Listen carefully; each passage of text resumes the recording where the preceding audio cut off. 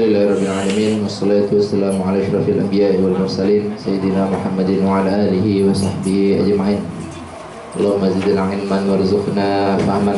Allahumma alimna ma yanfa'una wanfa'na bima 'allamtana.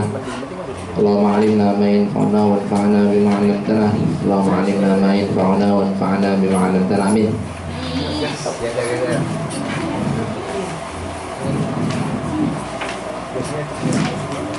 Gimana kabarnya semua? Alhamdulillah. Enggak ditanya balik coba ya. Ustaz, bagi-bagi bagasian dong. Hah? Soalnya Ustaz Hasan. Parah sih Ustaz. Story Hasan. Iya. Emang dia bikin story apa? Bikin bagasian Ustaz. Enggak kok. Iya. Salah nata Ustaz Hasan. Oh, udah hilang. Alhamdulillah.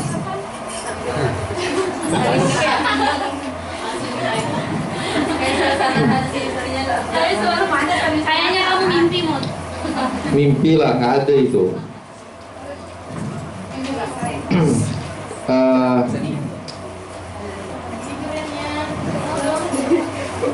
Kalian kayaknya makan kuaitnya belum lancar ya? Lancar mimpi. Kalau dipancing dulu di awal baru ini. Pas pindah ke ini kalau diam semua tuh. Udah nggak ingat lagi tuh. Banyak.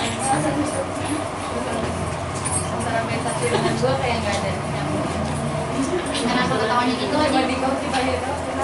Oke, kita mulai ya pertemuan hari ini ya. Atika udah datang.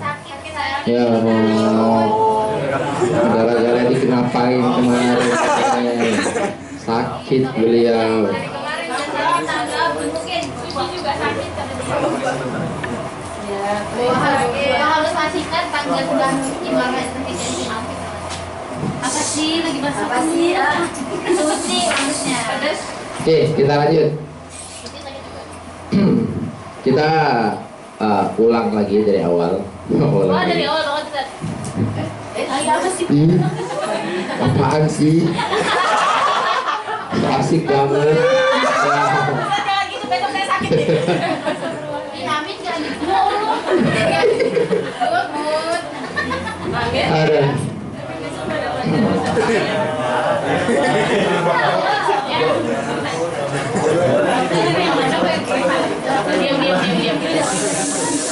Oke, kita nih sekarang proses transisi dari satu pembahasan ke pembahasan yang lain.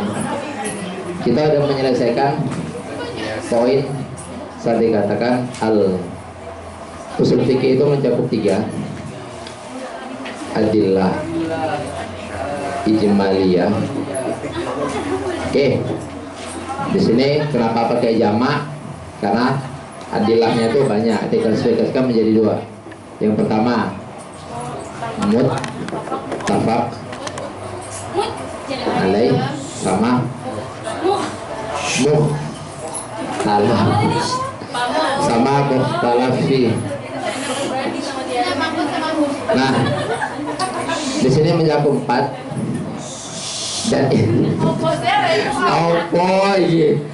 dan dan di sini udah kita selesaikan. Muttafaq alaih mencakup Al-Quran, Sunnah, Ijma', Qiyas. Qiyas sudah selesai. Mungkin nanti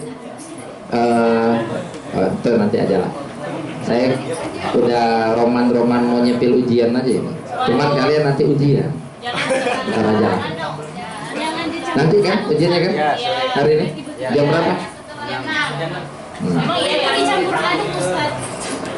Campur aduk. Usul fikih haram. Apa sih? Kalian ujiannya lisan atau lisan? Lisan atau lisan atau tulisan? Lisan, tulisan. Kok soal-soalnya kayak lisan sih? Yang mana? Oh, dikasih kisi-kisi. Yang di grup itu apa? Oh, di Sabila yang pernah dibahas sama Ustaz di kelas. Tapi beliau ngasih kisi-kisi. Itu istihad. Itu yang paling Oh itu istihad kalian aja. Kenapa kan nanyain kisi-kisi? Nah terus itu soalnya 5 satunya katanya lupa Dimah enggak. soalnya 5 satunya Satunya apa? Selawan. Enggak. Ini baik. Kita belajar muka di mana? Oh lah berarti soalnya 6 dong. Baru apa sih? Kenapa ditafrik yang 5 sama yang 1? Oke lanjutlah. Mukhtalafi. Di dalam dalil mukhtalafi, nah ini nanti lanjutan kita pertemuan selanjutnya, yaitu tentang apa di sini nih? Gantung amal. Al-kaifiyah. Terus halul. Oke. Kita hari ini pertemuan berapa sih? 27. Kirain masih 16. Kita menghabiskan poin ini 27 pertemuan. Ini nanti pertemuan ke-28. Kenapa langsung 29? Ini pertemuan ke-29. Udah selesai. Selesai pertemuan kita. Ya. Sedih nggak sih? Enggak. Ya Allah akhirnya nggak ketemu. Al-Ghafiyah. Oke. Ada dendam pribadi. Mukhtalafi itu banyak dalilnya. Kalau kawan-kawan syariat saat mempelajari tarikh tasyri' itu biasa di sana ada dibuat di situ tentang masadirut tasyri'. Nah, masadirut tasyri' itu maksudnya adalah rujukan utama dalam pensyariatan yang dipakai sama berbagai mazhab. Nah, rujukan utama dalam pensyariatan yang dipakai dalam mazhab yang mu'tabar, yang dipakai sama mazhab yang mu'tabar itu 4 ini: Al-Quran, Sunnah, Ijma', Qiyas. Itu karena semua mazhab pakai. Mukhtalafih itu berarti bukan dalilnya bermasalah, tetapi enggak semua mazhab memandang itu sebagai dalil. Itu dalil mukhtalaf.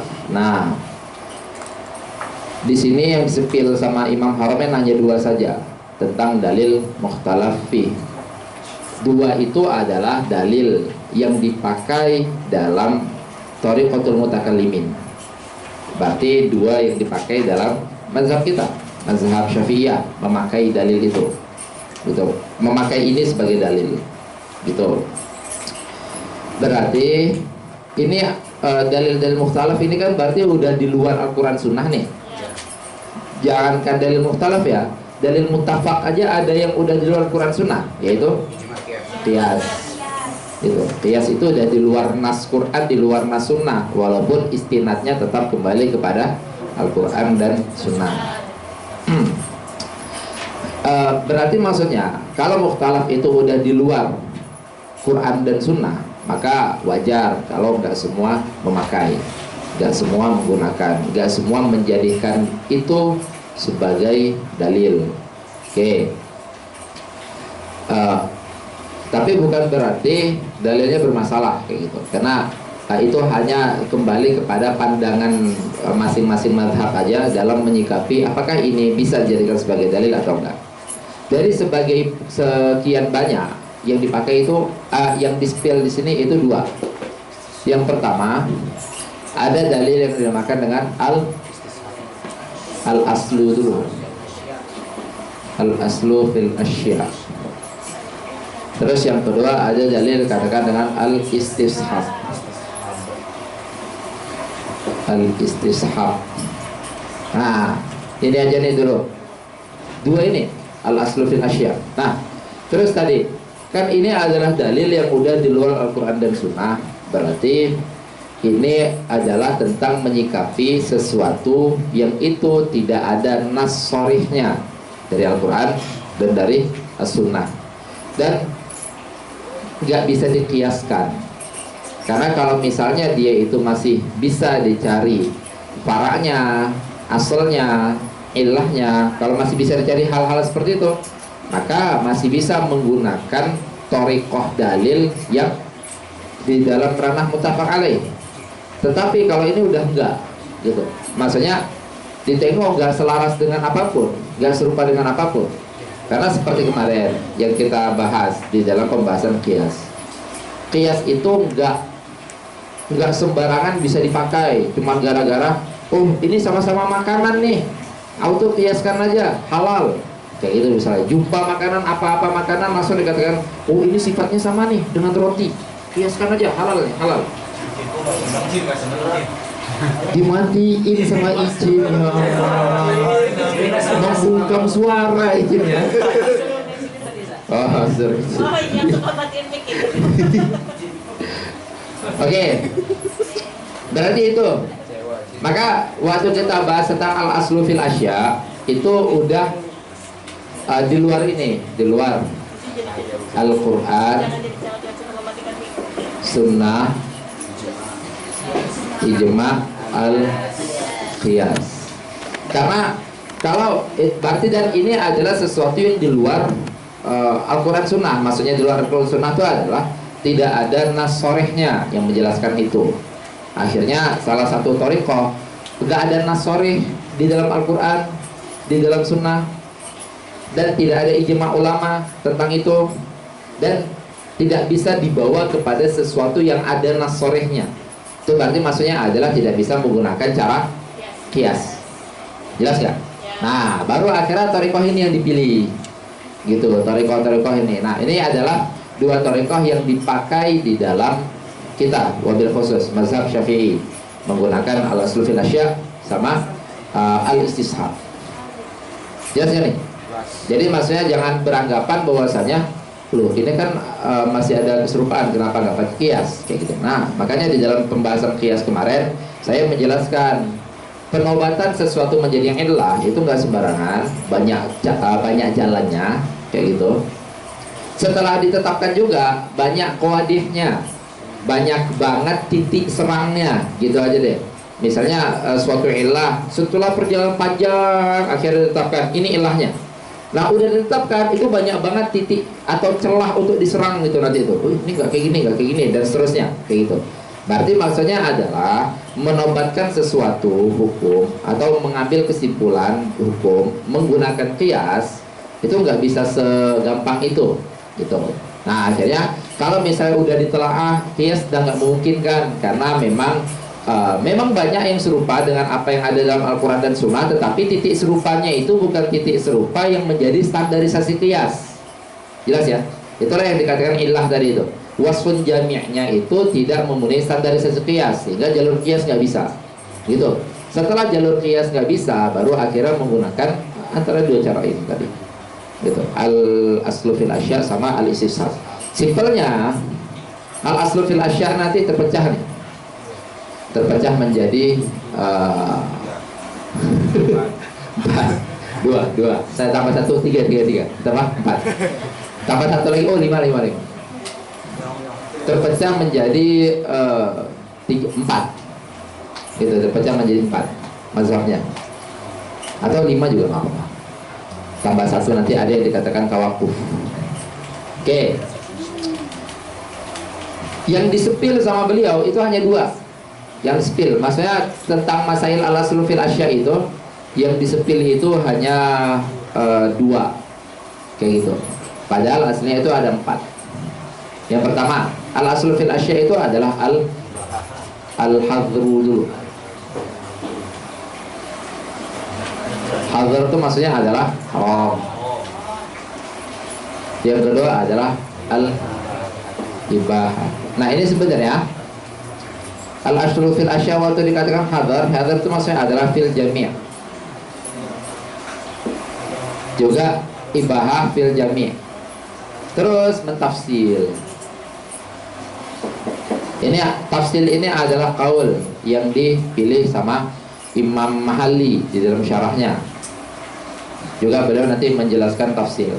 Yang keempat at-tawaqquf. Itu tawakuf. Tawakuf itu maksudnya tawakuf itu bukan saya sering menjelaskan nih, tawakuf itu bukan dia nggak ngapa-ngapain, bukan tiba-tiba diem ngeri doang nggak balas lagi, bukan itu tawakuf. Tawakuf itu dia nggak mengambil sikap dari kaidah ini. Berarti tawakufnya nanti itu menggunakan cara selain dari jalur kaidah ini. Kaidah apa? Ya ima istishab. Maksudnya misal kita kasih sampel apa ya sekarang ya, yang kita misalnya ada orang pergi ke hutan Amazon, terus jumpa tumbuhan yang dimana nggak pernah ada bentuknya sama sekali sebelumnya di dunia. Itu kan nanti permasalahannya boleh dimakan gak nih? Kan gitu kan masalahnya itu saat jumpa kayak gitu. Atau misalnya ke hutan Amazon jumpa hewan kayak gitu, nggak pernah ada bentuk kayak gitu sebelumnya di dunia gitu. Dan dia nggak menyerupai, pertama dia nggak menyerupai hewan-hewan yang udah ditetapkan haram. Seperti kan syariat itu menetapkan hewan haram itu bukan sebatas hewan ini enggak, tetapi dijelaskan tentang karakteristiknya. Kalau misalnya bertaring, kalau misalnya bercakar ditambah koin, menggunakan cakarnya untuk mencari mangsa dan seterusnya kayak gitu. Nah dia nemu hewan bulat simple, bulat gini aja nih misalnya gini. Ya, terus ada warnanya dua, udah gitu aja. Ini nggak ada karakteristik haramnya nih. Tapi kalau mau kita halalkan juga nggak ada sama sekali dalil halal yang mengatakan ini halal gitu misalnya. Maksudnya ini bukan hewan amfibi gitu, ini bukan hewan yang beracun atau apa kayak gitu misalnya. Tapi kalau misalnya kita mau mengatakan halal juga nggak ada jalurnya. Nggak ada jalurnya itu maksudnya adalah nggak ada jalur syariat mau kita tentukan ini halal. Kan ini nanti nih permasalahannya ini mau dikiaskan juga nggak ada yang menyerupai ini gitu. Wasfun jami'nya tuh nggak ditemukan. Atau mungkin ditemukan wasfun jami. Wasfun jami itu banyak aja ya, sama-sama hewan itu kan wasfun jami juga. Tapi kan itu bukan wasfun jami yang memenuhi standarisasi kias gitu. Nah wasfun jaminya juga nggak ditemukan. Wasfun jami yang memenuhi standarisasi kias nggak ditemukan gitu. Lalu akhirnya menyikapi. Nah bagi kaul yang mengambil pertama langsung mengharamkan nih, karena nggak ada dalilnya kan, sehingga akhirnya kembali kepada al-aslu fil asya'nya gitu. Al-aslu fil asya'nya itu adalah haram, ya udah haram jadinya. Karena semua yang secara sharih syariat nggak pernah, atau secara sharih atau secara lewat sunnah, ijma atau qiyas syariat belum pernah menghalalkan, maka kembali kepada hukum asal. Itu yang dimaksudkan dengan al-aslu fil asya', dikembalikan kepada hukum awal gitu. Syariat itu mengharamkan sesuatu atau menghalalkan sesuatu dulu. Jadi dua mazhab ini nanti kuat ini saat mengatakan al-aslu fil asya' itu haram, itu kuat dalilnya. Karena memang ada dalilnya yang mengatakan seperti itu. Yang mengatakan al-aslu fil asya' itu halal atau ibahah, itu juga kuat dalilnya. Jelas ya? Oke. Terus ada yang mentafsir. Yang mentafsir itu mengatakan bahwasanya kalau sesuatu yang memberikan kebermanfaatan itu halal atau ibahah, sesuatu yang memberikan mudarat itu haram. Itu tafsir. Oke. Nah, ini secara global aja dulu, karena saya mau ngejelasin ini tadi. Tawakuf. Tawakuf itu bukan berarti nggak ngapa-ngapain, tetapi tawakuf yang dimaksud tawakuf intinya kalian nanti kalau misalnya ngelihat ada beberapa kaul terus ada salah satu kaulnya tawakuf gitu. Nah, tawakuf yang dimaksud itu adalah tidak menggunakan ini sebagai landasan untuk menyikapi ini. Jelas ya? Maksudnya tidak menggunakan kaidah al-aslu fil asya' sebagai landasan untuk menyikapi hewan yang ini tadi nih. Gitu. Tidak menggunakan kaidah ini. Akhirnya menggunakan kaidah apa? Kaidah lain. Ima istishab dia pakai.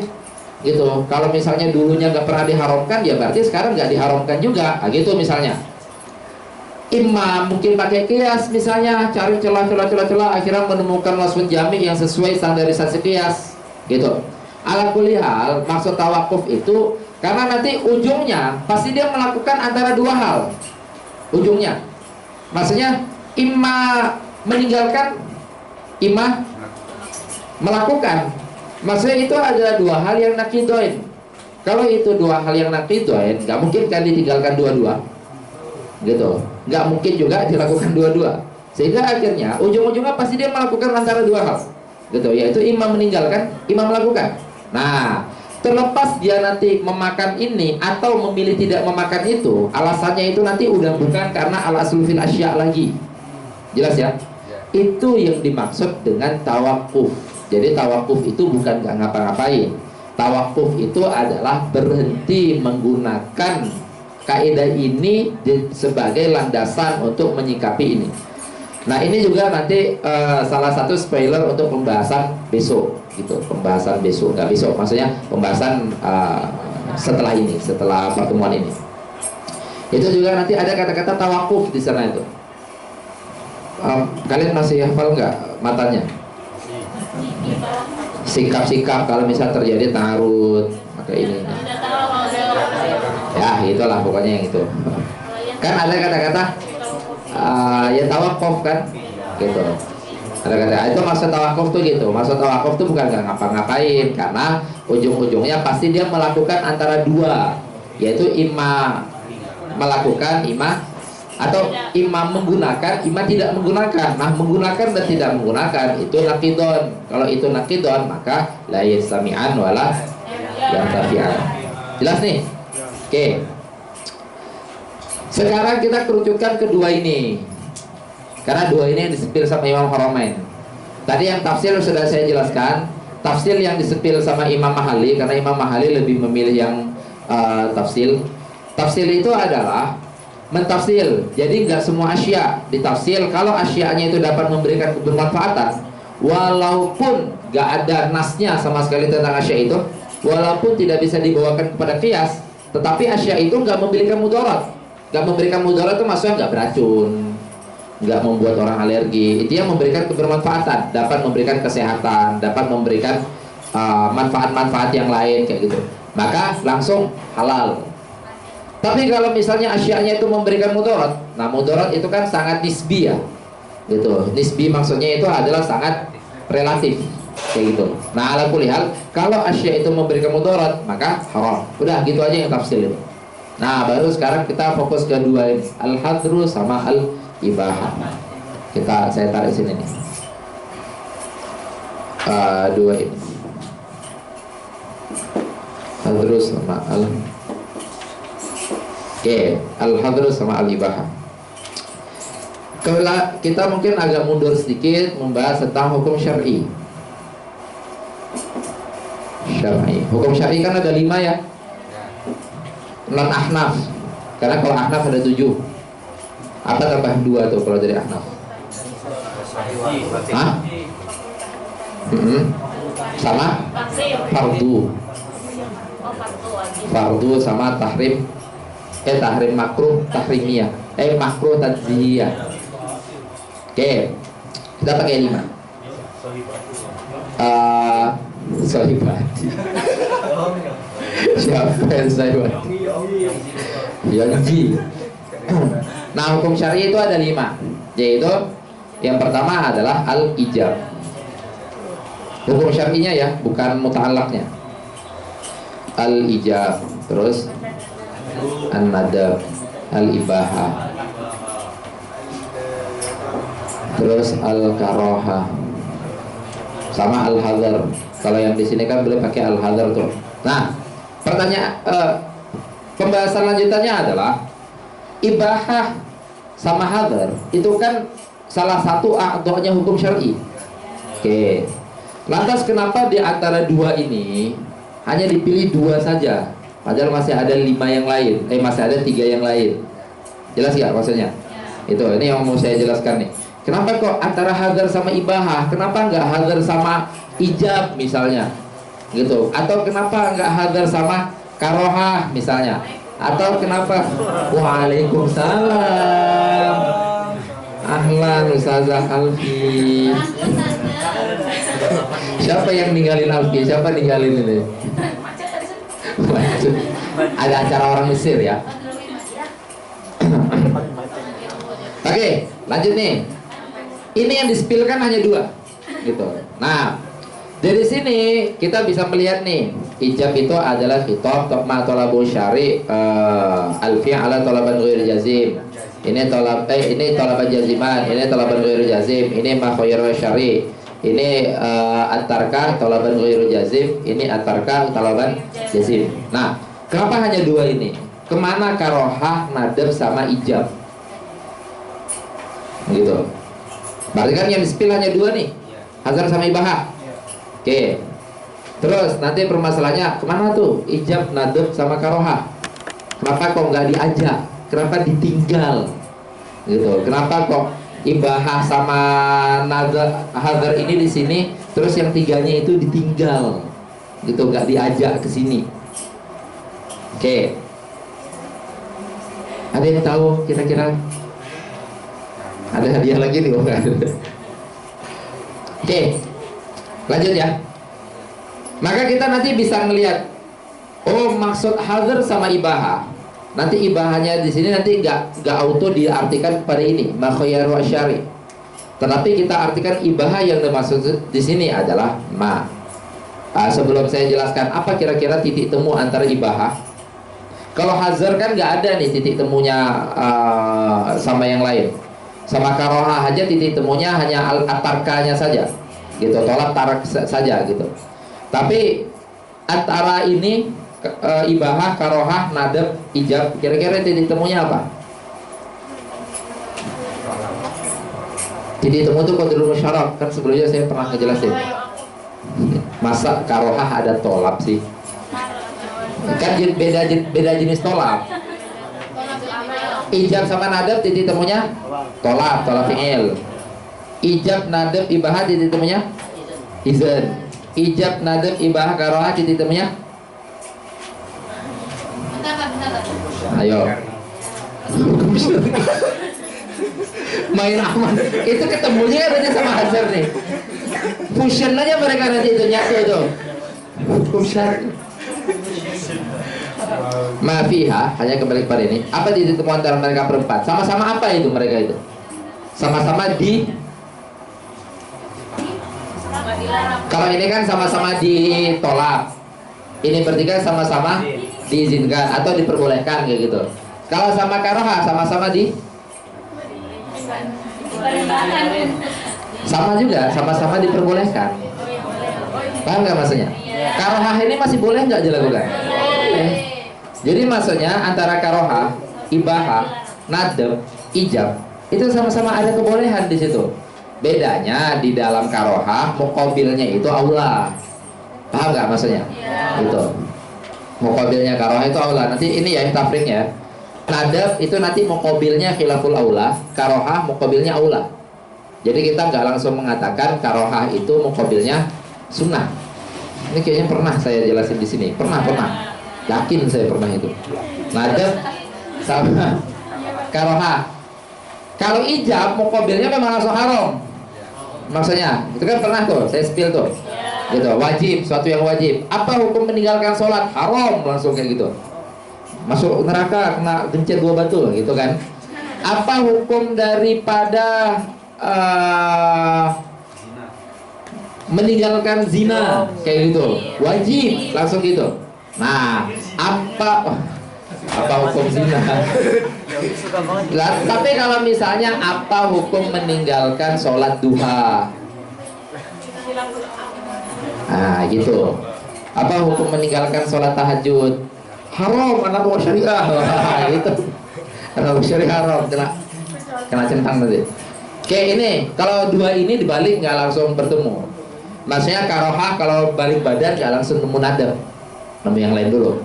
Nadab juga kalau balik badan nggak langsung nemu karohah. Jadi apa hukum melakukan minum berdiri kayak itu misalnya, gitu. Itu adalah khilaful aula.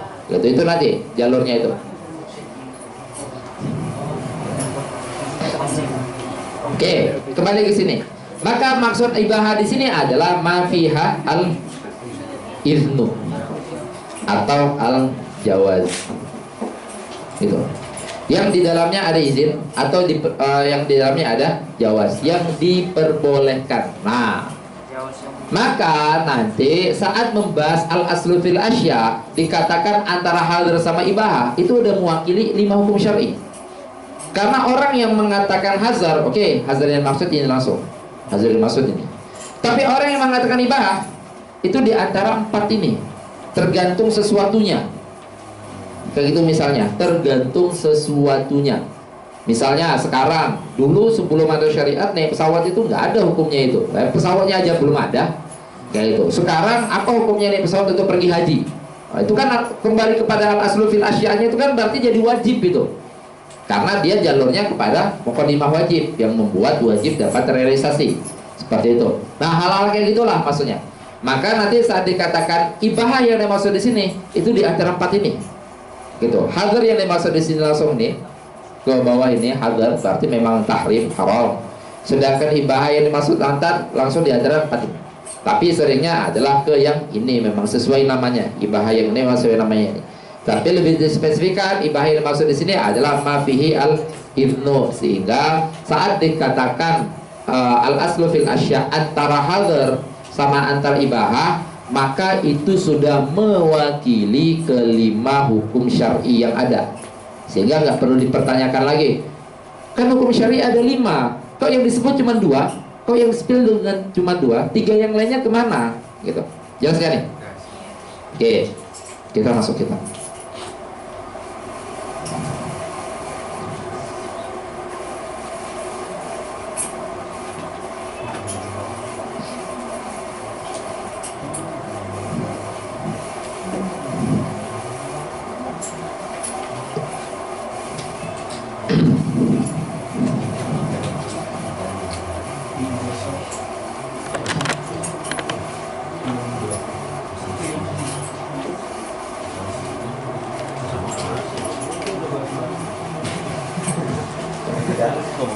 Kalian udah diinfokan tentang kunjungan untuk online? Belum, padahal hari ini loh. Hah? Kunjungan ke rumah-rumah. Siapa yang kunjungan? Maksudnya Tapi gimana? ngomong. Ustaz? Kunjungan gimana sih? Ya, kunjungan mungkin kalian ada yang ingin menyampaikan sesuatu. Iya. Sembari kan tingkat 2 belum ada kunjungan ke rumah-rumah kan? Siapa yang datang, Ustaz? Ya nanti saya kira udah tahu, saya kira udah diberitahu. Gimana, Ustaz? Ketua rumah nggak nyampein. Ya memang belum sampaikan ke ketua rumah berarti. Bahan belum nyampein. Bahan parah pasti sakit. Bahan parah. Kita madah apa ya? Usul fikih. Saya belum gini. Bahan parah ketua rumah syariah nggak tahu. Iya memang mendadak sih. Opsinya tanggal 8 atau tanggal 9. Mungkin sebagian besar pembina bisanya tanggal 9 mungkin. Tapi opsinya antara 8 atau 9. Tapi mungkin ada yang bisa di hari ini. Mungkin. Ujian, Ustaz. Ujian. Ya habis ujian, nggak ada kegiatan malam nanti. Bagi yang rumahnya dikunjungi, saya tambah poin. Biasa nanti kata Ustadz Muhayyad tidak ada kegiatan malam. Bisa-bisanya nanti itu. Bagi yang rumahnya tidak dikunjungi, habis ujian lah ada kegiatan jam 8 tuh.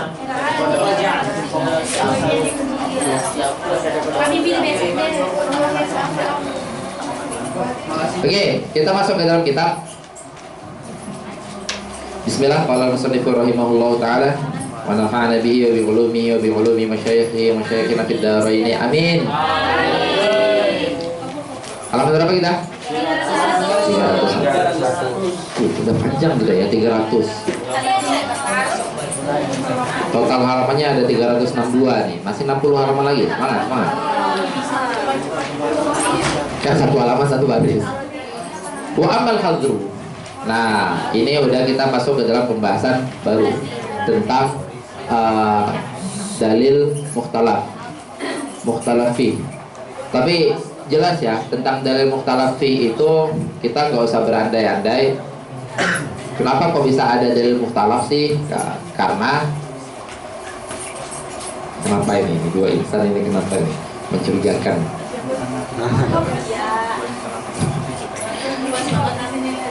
Kita nggak usah apa tadi saya bilang?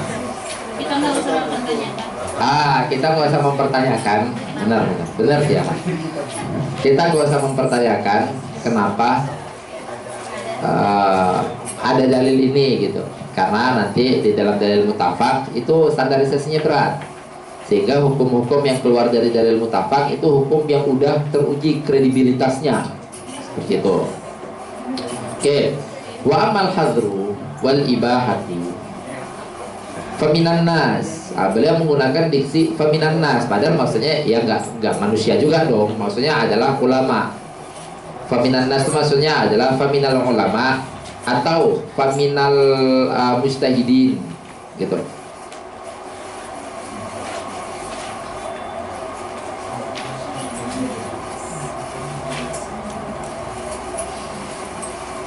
Faminan nas mayyakul, di antara para ulama itu ada mazhab yang memilih innal asya. Oke, kita lihat di dalam matanya dulu. Sebagian mengatakan innal asya alal hadri, baru menjadi ibahah. Berarti ibahah nanti antara 4 itu, yang penting baru jadi ada ibinya kalau ada kebolehan dari syariat. Kebalikannya mengatakan al aslu fil asya itu adalah alal ibahah, baru menjadi haram kalau ada keharaman dari syariat gitu.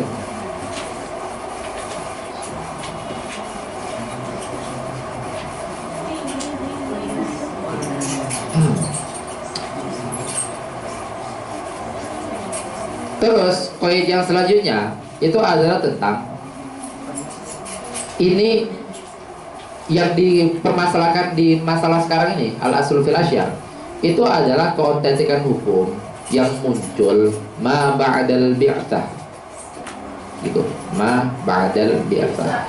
Nah, baru sekilas kita lihat kitab. Jadi gini ya, hukum syar'i ini kan kitabullah ya, kitabullah. Berarti maksudnya kalau dia kitabullah, dia itu qadim gitu. Kalau dia qadim, ya dia itu udah ada jauh dari sebelum Nabi itu diutus gitu. Nah, lalu kapan hukum-hukum ini syagol? Nunggu ada pemantiknya dulu gitu. Tunggu ada irsalur rusulnya dulu gitu. Maka di dalam akidah kan kita membahas irsalur rusul itu minal jaizat atau minal wajibat atau minal mustahilat. Nah, itu terpecah memang 3 mazhab. Ada yang mengatakan jaiz, itu adalah ahlus sunnah. Ada yang mengatakan wajib, dan ada yang mengatakan mustahil, mumtane. Itu kalau udah lintas i'tiqad. Karena ada i'tiqad di luar Islam yang mengatakan gak perlu ada rasul, kayak gitu. Ada yang mengatakan perlu. Nah, kita mengatakan min jaizat, itu termasuk daripada jaizatnya fi'lullah. Oke. Maka hukum-hukum ini yang udah ditetapkan sedemikian rupa, inda soluh kodimnya, itu kapan dia baru ngena gitu. Yang dibahas itu kapan baru ngena. Nah, ngenaannya itu adalah ba'dal bi'tsah gitu. Ngenaannya itu ba'dal bi'tsah. Kenapa? Karena bi'tsah ini, bi'tsatur rasul, itu menjadi penentu apakah ta'alluqnya ini syagol nggak nanti ke mukallaf. Jelas ya? Nah, berarti kalau ini ba'dal bi'tsah, maka ini ranah qoblal bi'tsah. Nih, ini ranah qoblal bi'tsah. Nah, maka nanti dipertanyakan nih, lantas bagaimana ta'alluqat daripada kalam yang qadim itu di saat Nabi belum diutus? Jelas ya? Gitu. Di saat Nabi belum diutus. Nah,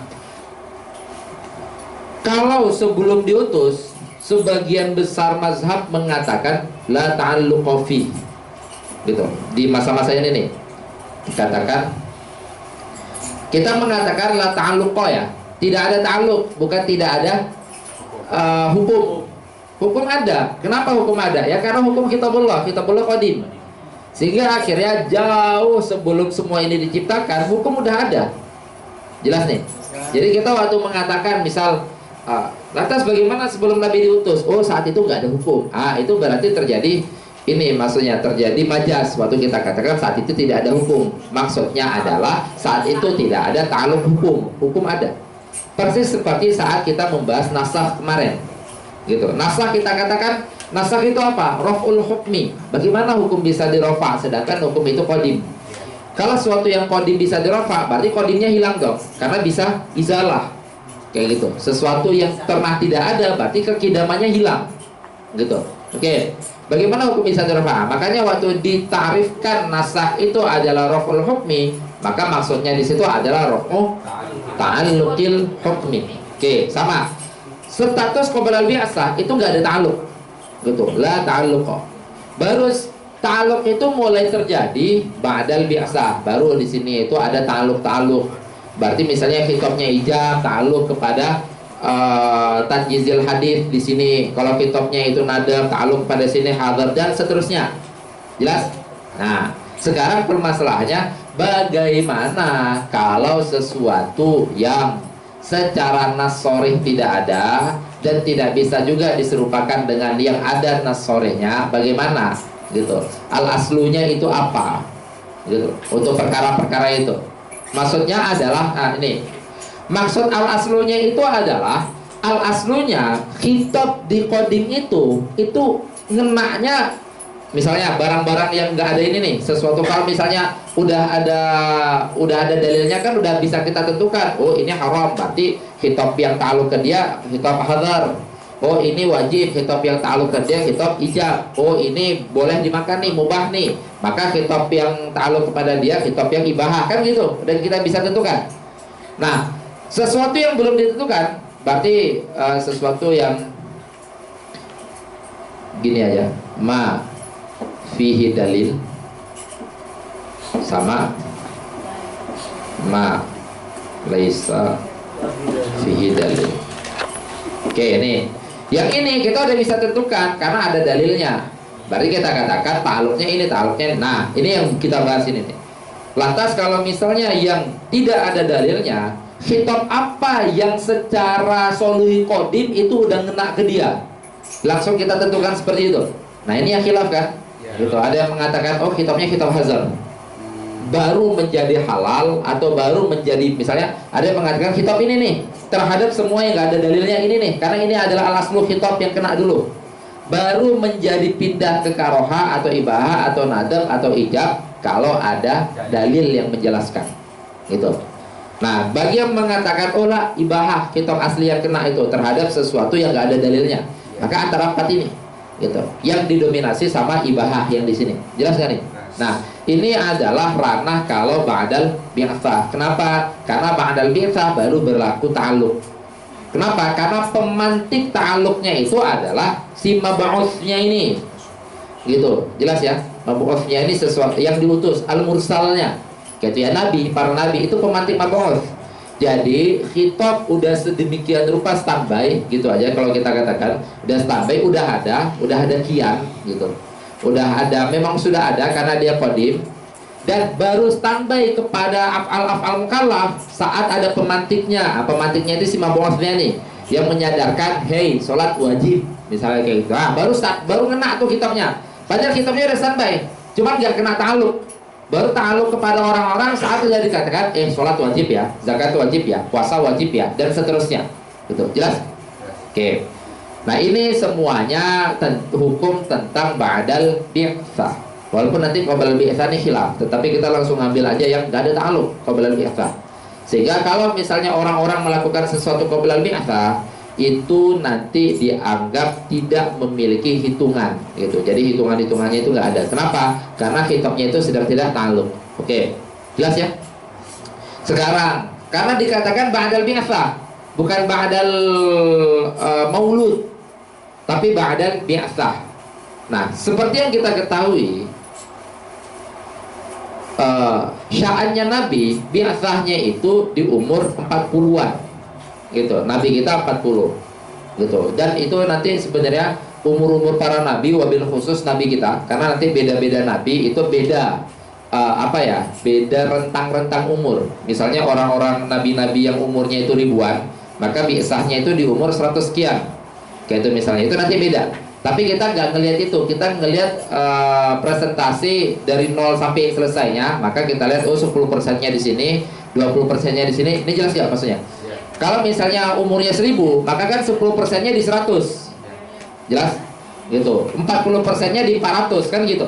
Kalau misalnya umurnya 60, maka kan 10%-nya di 6. Kan gitu, beda ya. Nah, berarti yang kita lihat itu bukan kuantitas umurnya, itu melainkan rentang umurnya itu, yaitu presentasinya. Oke. Umurnya Nabi itu dijadikan sebagai patokan untuk umat-umatnya. Karena umur para nabi atau semua pencapaian Nabi gitu aja, itu dijadikan sebagai patokan untuk umat-umat Nabi itu. Misalnya Nabi Adam, Nabi Idris, sampai terakhir Nabi Muhammad, itu apa yang dilakukan dalam hidupnya itu dijadikan sebagai patokan standar. Gitu, patokan standar untuk umat-umatnya. Seperti itu. Nah, salah satunya adalah itu hikmah kenapa Nabi Muhammad itu diutusnya umur 40. Karena patokan standar memang untuk umatnya itu titik matang-matangnya seseorang itu di umur ini. Gitu. Jelas ya? Gitu. Itu di umur ini. Titik matangnya seseorang. Oke. Sehingga akhirnya berarti kan kita melihat, oh berarti waktu dimaksud ba'dal bi'sa ini adalah setelah Nabi berumur 40. Nah, berarti saat dikatakan qobalal bi'sa ini tidak menafikan Nabi udah lahir kan? Betul. Nabi udah lahir bahkan di umur 39 atau di umur 38 sampai umur 1 sampai umur 0. Gitu. Tapi tetap kita mengatakan bahwasanya di sini belum terjadi ta'alluq hukum. Kenapa? Karena Nabi belum dinobatkan sebagai pembawa risalah. Jelas ya? Gitu. Tapi nanti kalau di ilmu kalam atau di dalam akidah, salah satu i'tiqad yang harus kita yakini adalah Nabi itu maksum bahkan sebelum ini, bahkan sebelum biasa. Yaitu Nabi itu maksum. Jadi beda antara maksum sama mahfud itu, kalau maksum itu terbesit saja tidak. Kalau mahfud masih normal, manusia biasa, terbesit. Gitu, maksudnya saat ada suatu kemaksiatan atau apa, ingin melakukan ada, tetapi tidak melakukan karena terjaga. Sedangkan maksum itu memang tidak terbesit. Gitu, memang tidak terbesit di hatinya itu mau melakukan kejahatan atau apapun itu, nggak ada. Seperti itu. Nah, maksumnya Nabi, ismahnya Nabi itu udah berlaku bahkan dari sebelum 40. Dimulai dari Nabi umur 0 itu tuh sampai gitu. Itu nanti yang mengatakan tentang orang-orang orientalis saat menilai Nabi pernah kok melakukan kesalahan sebelum diutus jadi Nabi kayak gitu. Hatta lebih parahnya mereka Nabi udah jadi Nabi pun masih dinilai bisa melakukan kesalahan. Tapi kita mengatakan lah, ismahnya Nabi itu berlaku dari mulai beliau itu umur 0. Memang sudah terjaga, dihindari. Oke, lanjut. Tadi itu sedikit saya jelaskan tentang ba'dal bi'tsah. Oke. Wa minan nas faminan nas may yaqulu innal asya ba'dal bi'tsah. Ini segala hukum tentang ba'dal bi'tsah. Ba'dal bi'tsah 'alal hadri. Itu hukum aslinya itu haram. Sehingga apa? Oke. Apa maksudnya 'alal hadri? Ai 'ala sifatin hiya al-hadru. Berarti asya-asya itu memiliki sifat yang sifatnya itu haram atau hadar atau hurmat. Illa sampai titik syariat itu membolehkan. Nah, membolehkan banyak jalurnya ya. Itu membolehkan itu iman nanti jalur lewat qiyas, jalur lewat hadis dan seterusnya. Illa ma abahathu asy-syari'atu. Hunya itu kembali kepada asy-syai' ini tadi. Atau hunya kembali kepada al-hadr. Sampai hazar itu diibahahkan sama syariat. Nah, bahasa ibahah beliau tetap menggunakan diksi ibahah. Diksi ibahah itu berada di antara 4 hal itu. Diksi ibahah itu imma kita katakan al-aslu fil asya hazar sampai syariah mewajibkan, al-aslu fil asya hazar sampai syariah menadabkan, atau sampai syariah mengibahahkan, atau sampai syariah mengkarohahkan. Intinya adalah sampai titik syariah mengizinkan. Jelas nih? Oke. Fa illam yujad fi syariati. Oke, sebelum kita lanjut sana, kita lihat dulu. Asya yang dimaksud, nah ini asya yang dimaksud di sini itu adalah ma laisa ibadah. Nih, yang dihilafkan ini adalah asya selain ibadah. Jelas nggak? Apapun yang penting bukan ibadah. Kenapa? Karena kalau ibadah al-aslunya itu ittifaq para mazhab mengatakan haram. Gitu. Jelas nggak? Ibadah al-aslunya itu haram. Memang haram, al-hadar. Nih, kalau misalnya ibadah amma hiya fa asluha haram. Gitu. Ibadah itu aslunya haram. Jadi kalau bukan karena syariat yang merintahin kita sholat di waktu subuh, maka sholat di waktu subuh itu jatuhnya haram. Jelas gak? gitu. Jadi kita nggak bisa mengatakan oh ada ibadah ini terus kita katakan kita kembalikan kepada al aslu fil asya. Lah, al aslu fil asya ini asya yang dimaksud ditambih nih. Asya yang dimaksud itu adalah yang bukan ibadah. Karena al aslu fil ibadah itu adalah haram sampai titik syariat menjelaskan bahwasanya ini ibadah dan ini mesti dilakukan. Ini ibadah dan ini mesti dilaksanakan dan seterusnya. Jelas ya? Gitu. Makanya waktu dikatakan tapi nggak bisa juga kita melihat misalnya ada orang melakukan ibadah-ibadah tertentu langsung kita katakan loh al aslu fil asya kan itu adalah haram. Kamu apa? Karena setiap orang itu selama punya alat dasar nih pasti ada dalil dong. Gitu. Jadi nggak bisa langsung kita hukumkan itu haram. Oke, lanjut. Fa illam yujad fi syari'ati ma yadullu 'ala al-ibahah. Itu tadi al-asya'-nya tadi nih. Kalau di dalam syariat tidak ada dalil ma yadullu 'ala al-ibahah, itu maksudnya tidak ada dalil yang menunjukkan bahwasanya asya'-nya ini adalah ibahah. Fa yustamsaku bil asli. Maka akhirnya para ulama berpegang kepada al-aslunya. Nah, kalau para ulama yang mengatakan al-asyu fil asya' al-hadar, maka akhirnya saat melihat sesuatu gak ada ini dalilnya dalam syariatnya dan gak ada sama sekali yang mengarah kepada keserupaannya kepada yang ada di dalam syariat, maka langsung ditentukan itu adalah haram. Oke, yang kedua, ini yang kedua nih. Wa minan nasi may yaqulu bididdihi. Nah, lihat kata beliau itu dengan kata-kata bididdihi. Did itu bukan nakit kan? Jelas gak? Beda did sama nakit apa? Payung. Bukan payung. Contoh dua yang nakit apa contoh dua yang nakit? Haram dan tidak haram. Betul, haram dan tidak haram. Contoh dua yang did? Duduk berdiri, itu dua yang did. Kalau misalnya dua yang nakit, ya duduk dan tidak duduk. Oke kan? Oke. Nah, beliau mengatakan bididdihi tetapi menggunakan salah satu perwakilannya al-ibahah. Tetapi al-ibahah yang maksud di situ memang did daripada hadar. Maksudnya adalah di antara lima itu yang dimaksud ibahah itu yang bukan hadar. Makanya akhirnya kalau yang dimaksud dimaksud ibahah itu yang bukan hadar itu ada 4. Berarti apa titik temu antara keempat itu? Nah ini, makanya itu yang di dalamnya ada izin atau jawaz. Gitu. Wa minan nasi may yaqulu bididdihi wa huwa annal asla fil asya tetap ba'dal bi'tsah. Kenapa selalu dikatakan ba'dal bi'tsah? Karena ranah pembahasan kita di sini bukan sedang membahas qoblal bi'tsah. Karena qoblal bi'tsah itu nanti beda lagi pembahasannya, gitu. Qoblal bi'tsah itu adalah tentang khitab-khitab yang berlaku. Jadi ini lagi. Jadi kita beranggapan ba'dal bi'tsah ini adalah Nabi Muhammad. Nah, qoblal bi'tsah ini qoblal Nabi Muhammad, tapi kan ada Nabi Isa nanti di sini. Nah, berarti ada kitab yang berlaku kan di masa ini? Jelas gak? Nah, terus permasalahannya nanti ini nanti ngerentet kepada permasalahan asyar'u man qoblana, yaitu kitab-kitab yang pernah ngena ke mukallaf di masa ini, apakah bisa berdampak ke sini atau hilang dengan hilangnya fatrah? Jelas ya maksudnya? Itu nanti para ulama kita jumhurnya mengatakan nggak berlaku lagi di sini. Sehingga apapun syariat yang secara zohir sama plek ketiplek gitu. Seperti misalnya apa? Sholat, misalnya haji, kurban itu tuh. Itu kan plek ketiplek banget tuh dengan syariat-syariat sebelumnya.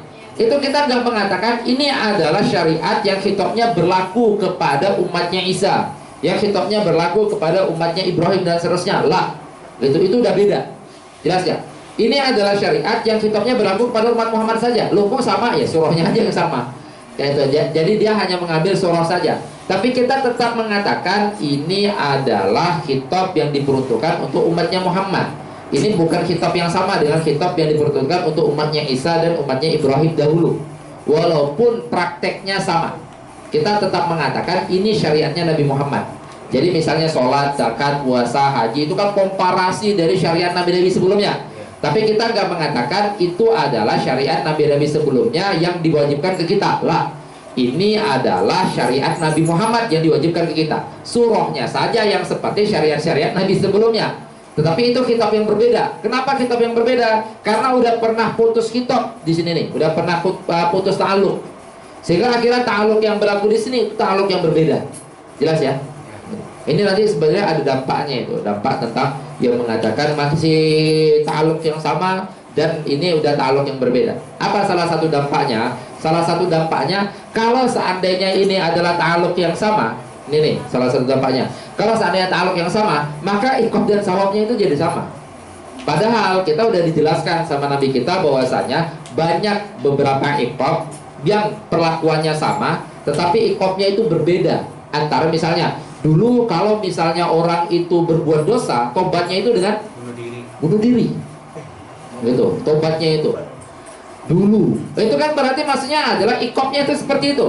Kalau seandainya kita mengatakan ini adalah ta'aluk kitab yang sama kepada beberapa pekerjaan itu, maka kita akan mendapatkan iqab yang sama pula. Tapi nyatanya enggak. Jelas gak? Betul. Umat Muhammad melakukan pekerjaan kecil aja mendapatkan sawab bejibun.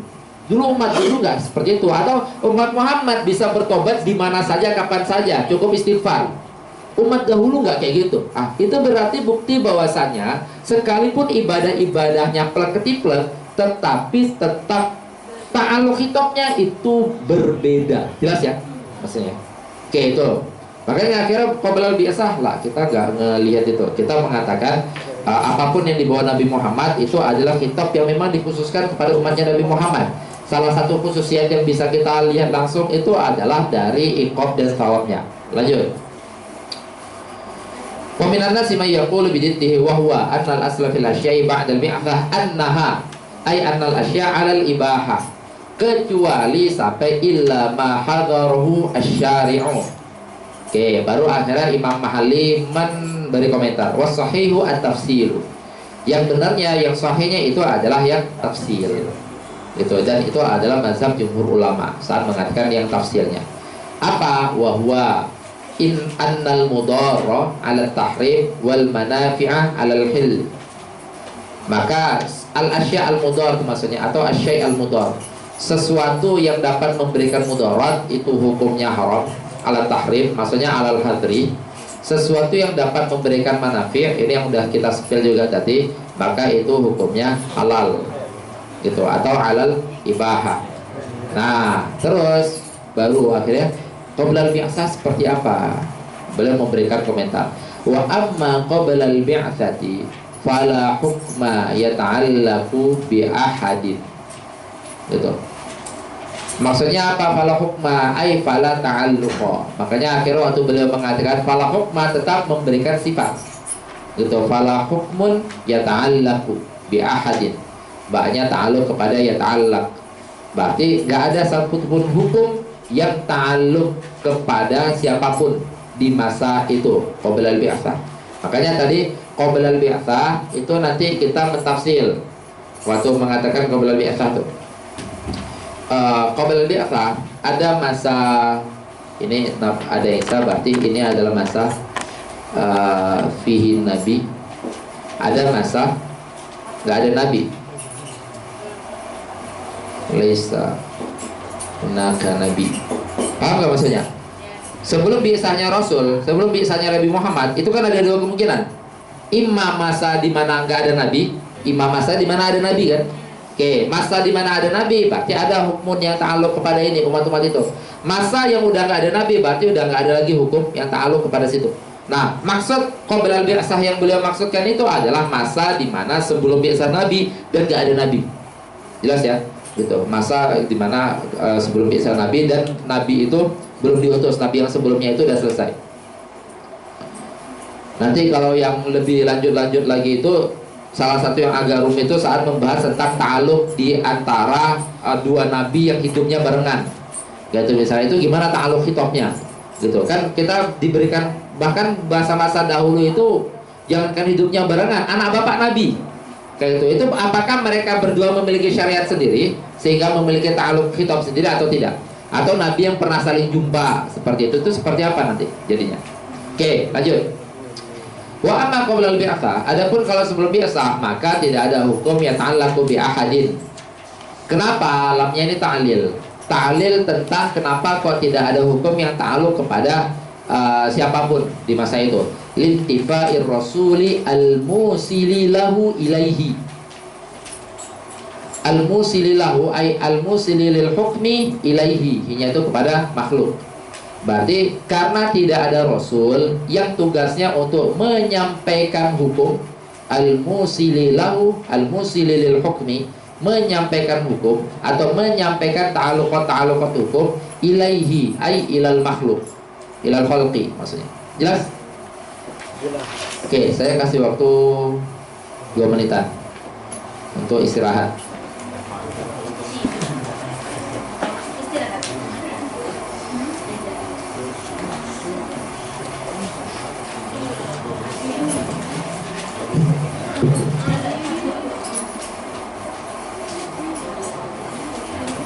Sekalian dihapus Yogi.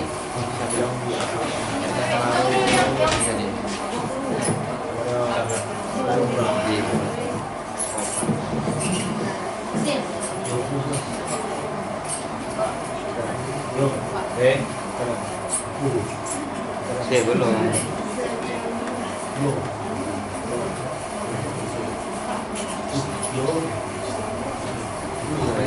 Yung. Hapus yung. Hapus yung. Udah yung. Udah.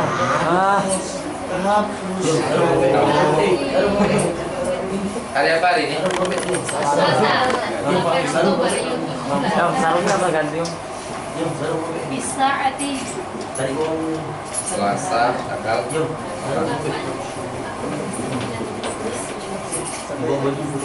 Bah. Ini. Masya Allah.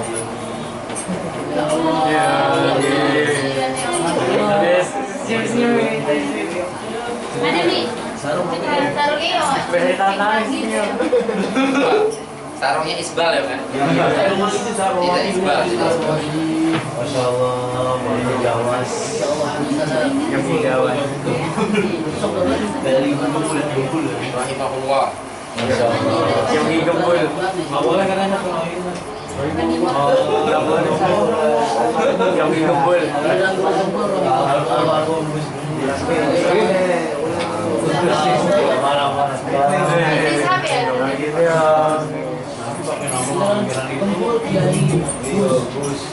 Berarti besok pembahasan apa kita? Asis. Apa? Apa sih ini? Besok Ahkamul Mustahidin. Iya gitu. Kan yang kaifiyah. Al-kaifiyah, kaifiyatul istidlal biha.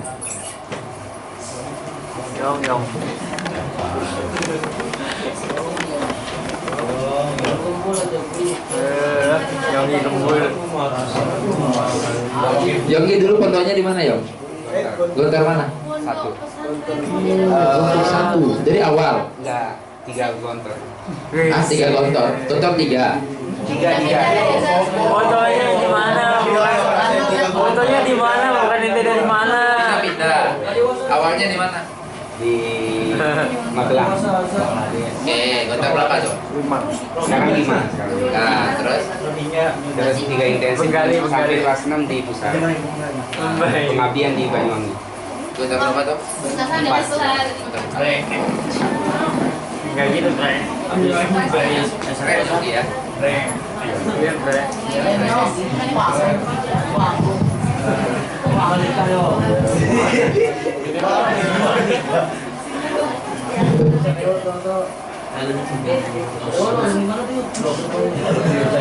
Tadi apa gontor juga? Dem. Dia guntur. Dia guntur. Nabi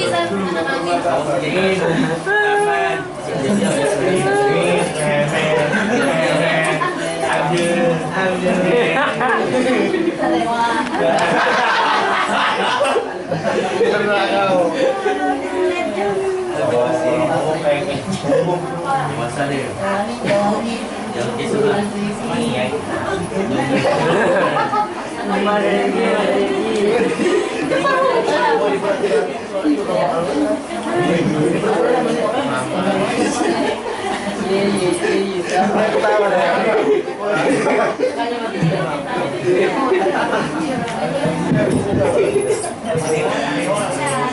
Udah belum nih? Hah? Dikit lagi. 2 menit. Udah pada syagol belum nih?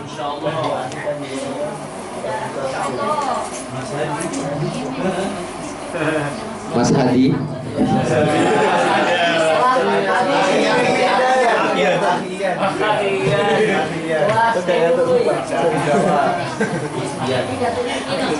Terasa banget ini ya kalian ya, numpuk kayak dikejar-kejar terus kan rasanya kan. Selesai satu, masih ada yang ngejar. Selesai satu, masih ada yang ngejar. Ya begitulah kehidupan.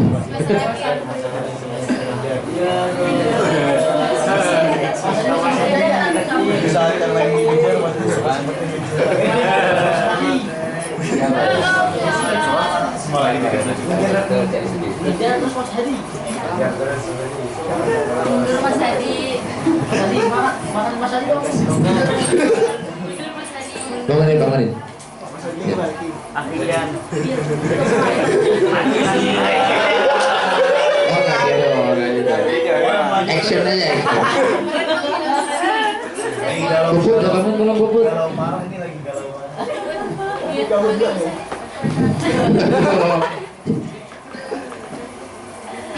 Samping kipas lagi. Iya, spoi banget tuh samping kipas tuh. Yang malah pakai jilbab nyantai lagi kan? Jilbab Umi, jilbab Mama Dedeh tuh. Oke, kita lanjut ya. Kita masuk ke dalam pembahasan al-istishab. Istishab ini kan pakai sin dan ta ya. Salah satu faedahnya itu tolab ya. Berarti tolabus sohbah. Tolabus sohbah berarti maksudnya adalah ya dibarengin lah, dihukumin lah kayak gitu. Dihukumin sebagaimana disamain, itu maksudnya tolabus sohbah itu. Disamain aja. Ditanyain kamu mau gaji berapa, samain aja dengan bapak. Nah itu tuh istishab itu namanya tuh. Bisa-bisanya kayak gitu, samain aja gitu kan. Takut bilang kebesaran atau kekecilan gitu, samain aja lah gitu. Akhirnya gak lewat, malis lah. Oke. Pertama gini, yang harus pahami dalam istishab. Istishab ini kan mukhtalaf ya. Istishab itu masuk ke dalam dalil yang mukhtalaf fi. Maksud daripada dalil yang mukhtalaf fi berarti istishab itu tidak semua mazhab pakai. Jelas? Ya. Betul. Nah, si istishab ini secara umum dia memang tidak semua mazhab pakai. Terus istishab itu ada 2 jenisnya. Ada istishabus tsubut sama istishabul adam. Oke. Jadi tadi kita katakan gini dulu. Istishab secara umum terlepas subut atau adam itu tidak semuanya pakai. Berarti maksudnya adalah ada mazhab yang nggak pakai. Jelas ya? Oke. Berarti mazhab yang memakai istishab itu tidak semuanya pakai yang subut. Jelas ya? Oke. Berarti istishab itu dia secara umumnya mukhtalaf. Tetapi di dalam jenis istishabnya ada yang muttafaq, ada yang mukhtalaf. Paham nggak? Yang muttafaq itu adalah istishab yang adam. Apa maksudnya muttafaq? Apakah dia masuk ke dalam jajaran Al-Quran Sunnah Ijma' Qiyas? Tidak. Tetapi dia adalah istishab yang dipakai sama semua madhab yang memakai istishab. Paham nggak maksudnya? Oke, istishab kan ada adam, ada subut. Nah, sebelum adam sama subut, istishab itu mukhtalaf. Kita pakai analogi aja, misal yang nggak pakai istishab itu adalah Hanabilah, gitu. Hanabilah. Apa Rul artinya Rul? Hanabilah Rul.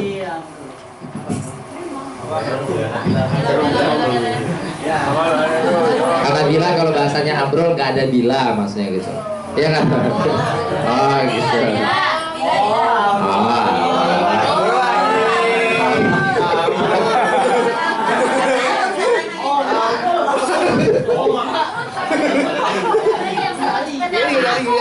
Kenapa? Oke. Hanabilah. Astagfirullah. Oke, misal Hanabilah nggak pakai. Berarti yang pakai tinggal 3 kan? Yaitu yang pakai istishab ini Syafi'iyah,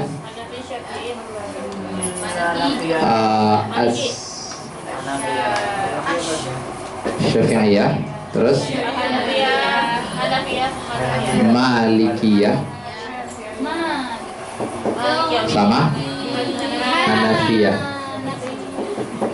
Oke, yang pakai ini. Terus ketiga mazhab yang memakai istishab semuanya ittifaq makai yang adam jenis yang ini. Berarti istishab yang adam itu adalah istishab yang muttafaq alaih indal mazhab yang makai istishab. Paham nggak? Oke. Baru berarti ketiga ini ittifaq makai adam.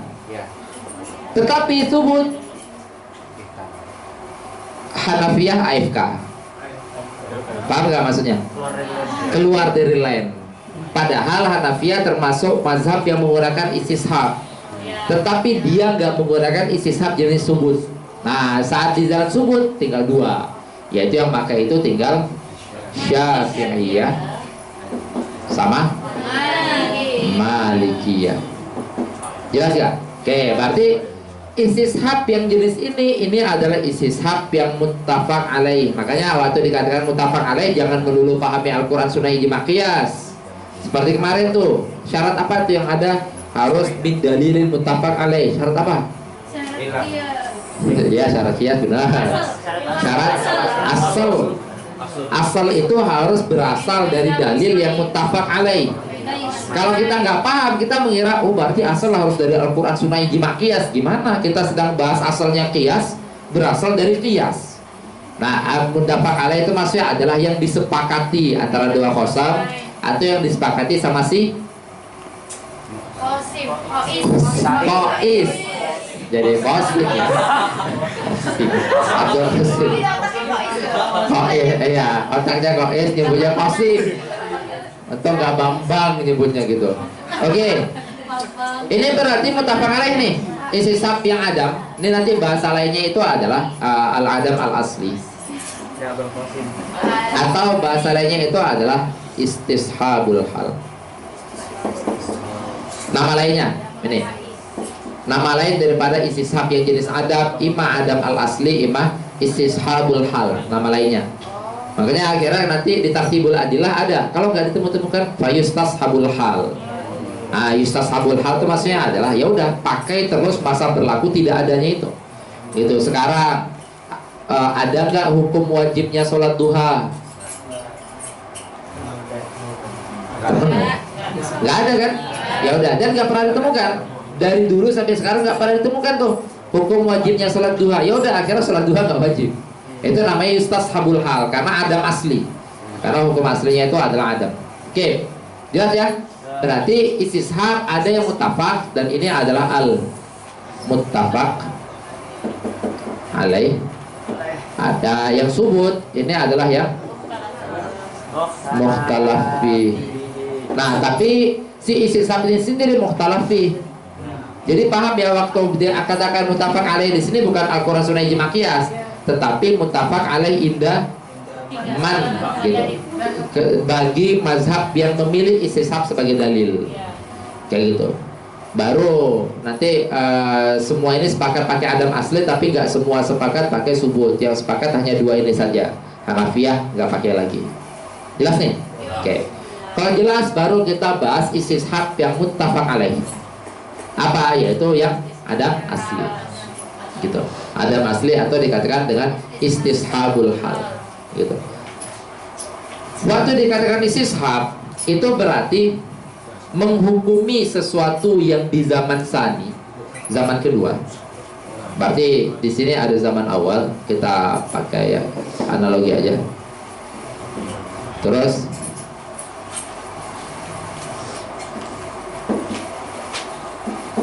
zaman fani. Nah, kita misalnya sekarang sedang mengatakan gini, apa hukum yang di sini? Nanti kita menghukumi tentang istishabul, mengistishabkan apa yang terjadi di zaman awal. Misal masa tahun 1 sampai 100. Terus ini tahun 200. Kita berada di tahun ini nih.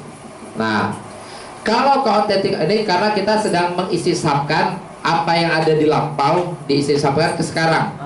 Kayak itu berarti kalau misalnya dulu seperti itu, maka sekarang juga gitu. Itu namanya istishab. Istishab yang dimana menghukumkan zaman sani terhadap apa-apa yang ada di dalam zaman awal. Karena nanti ada istishab yang kebalik, gitu. Ada istishab yang jenisnya kebalik dan itu nggak ranah pembahasan di sini. Gitu. Itu nanti biasa di qawaid fikih kalian akan menemukan itu istishab yang kebalik, yaitu apa? Menghukumkan apa yang ada di zaman awal sesuai apa yang terjadi di zaman sani. Di zaman sani kebalik. Misalnya kayak gini kita katakan, kalian nggak tahu dulu angkatan 1 rumah syariah itu ada banatnya nggak tahu. Misal angkatan 1 rumah syariah, bukan tingkat 1, angkatan 1. Kalian nggak tahu, nggak ada, nggak tahu kan, gitu. Saya, kenapa kok jadi ada yang ngotot, ada yang ngotot, nggak ada. Saya katakan kalian nggak tahu, dah gitu aja. Tapi kalian menghukumi itu dengan menghukumkan nyatanya sekarang kami ada, berarti dulu ada juga. Paham nggak maksudnya nih? Nah itu berarti maksudnya adalah menghukumkan apa yang ada di zaman awal dengan yang terjadi di zaman sani. Jelas ya nih maksudnya? Nah itu, dan nyatanya ada memang angkatan 1 itu ada banatnya. Siapa yang bilang ada? Siapa bilang ada? Ada. Salah satunya itu, wah itu udah ini banget, udah sepuh, udah senior. Saya sedang kasih contoh malah berantem kalian di sini. Aduh, pusing sekali ini.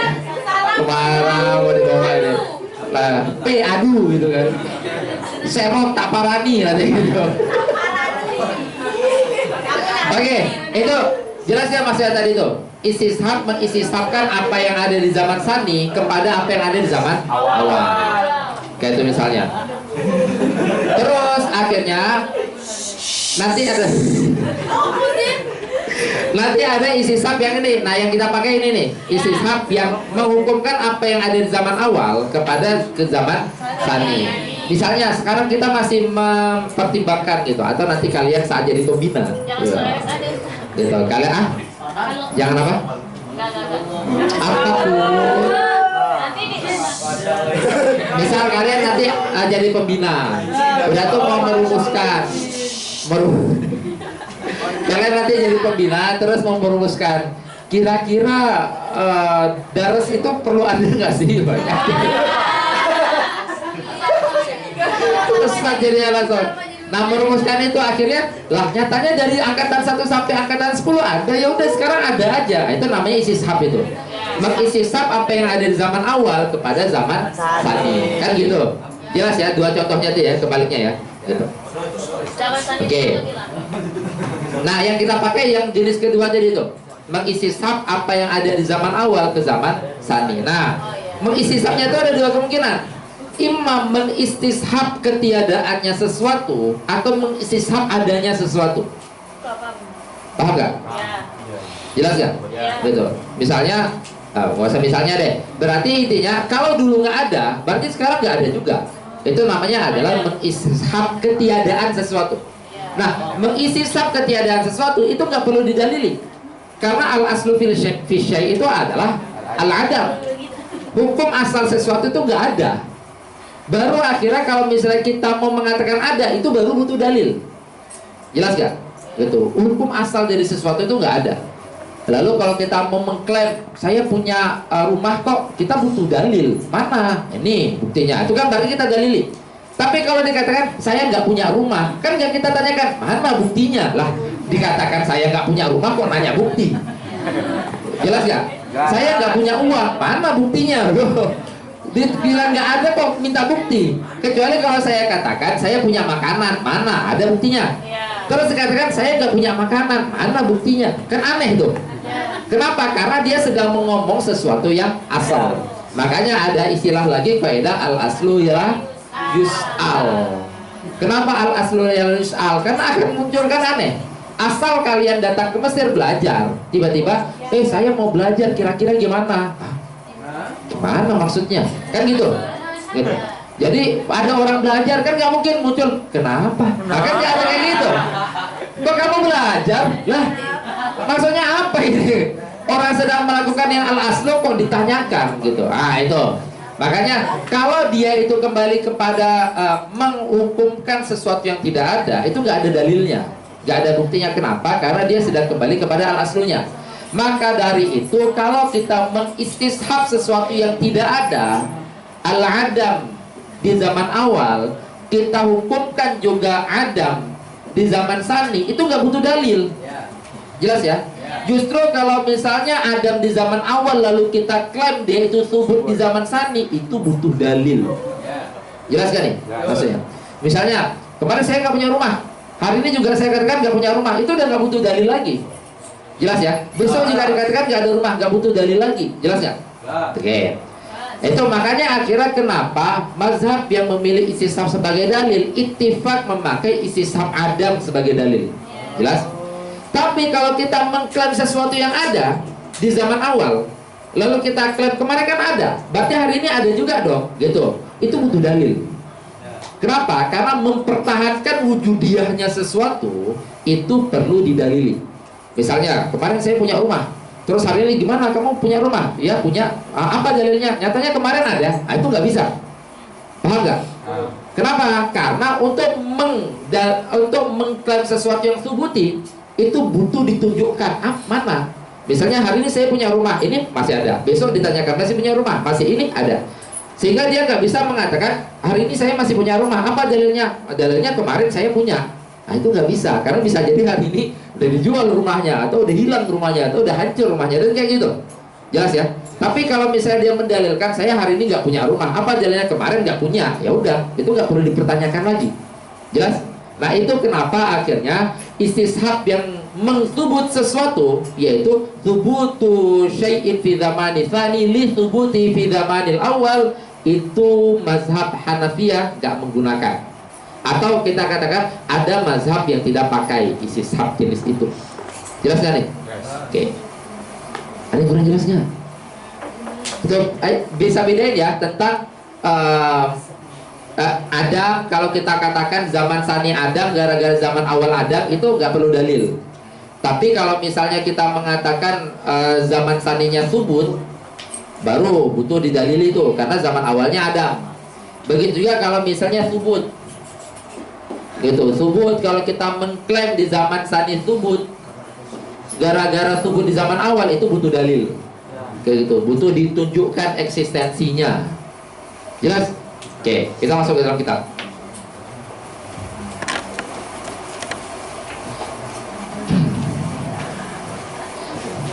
Lihat kata-kata wa ma'na. Ini sebenarnya judul baru ini. Judulnya al-istishab gitu. Di Majmu'ah Mutun kalian digabung gak nih? Digabung ya? Itu harusnya dipisah itu. Walaupun memang matanya kan cuma gitu aja. Wa ma'na al-istishabul hal ayyastashibal aslu inda adamid dalil syar'i. Udah gitu doang. Yang panjang itu syarahnya. Oke, kita lihat. Wa ma'na istishabil hal. Mana tadi? Wa ma'na istishabil hal.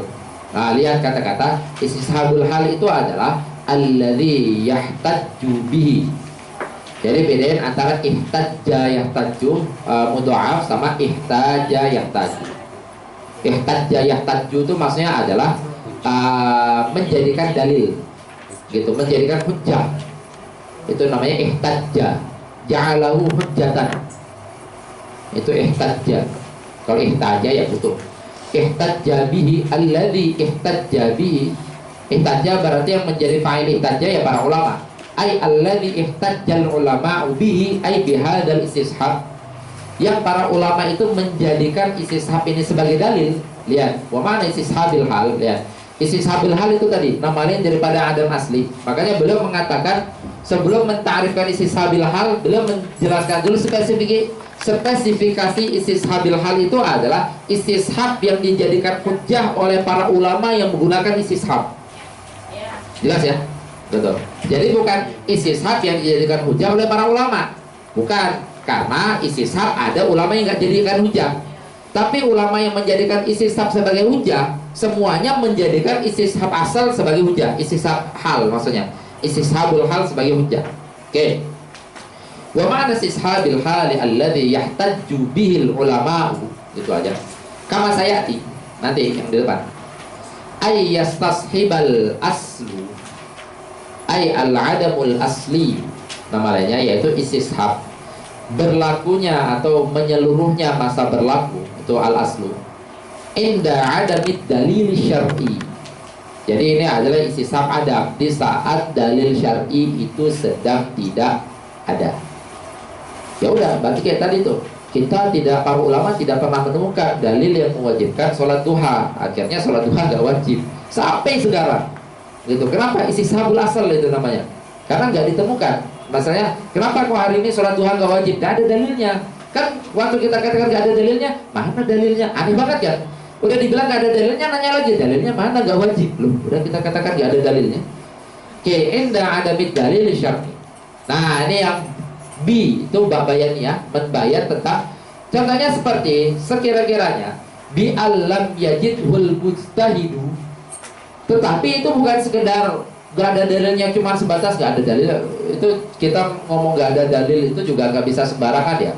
Karena orang sekarang tuh kayak gampang aja gitu. Misalnya menghukumi, kok bisa dia melakukan itu? Gak ada dalilnya itu. Setelah ditelaah di semua kutubut tis'ah, satu kitab aja mungkin gak pernah baca dia. Ngomongnya kutubut tis'ah gitu kan. Itu maksudnya jangan bermudah-mudah gitu. Jangan bermudah-mudah kayak gitu. Kalau nggak tahu ya jawab aja nggak tahu gitu. Saya nggak tahu ada dalilnya atau enggak gitu. Ya husnuzon aja orang-orang yang melakukan itu, mereka punya landasan. Itu kan enak. Kalau misalnya dari awal langsung dikatakan setelah ditelaah kutubut tis'ah, kutubut tis'ah jelas-jelas di Sahih Bukhari ada, Sahih Muslim ada, bahwa kutubut tis'ah. Oke, itu juga nggak bisa kita seperti itu, bersikap gitu.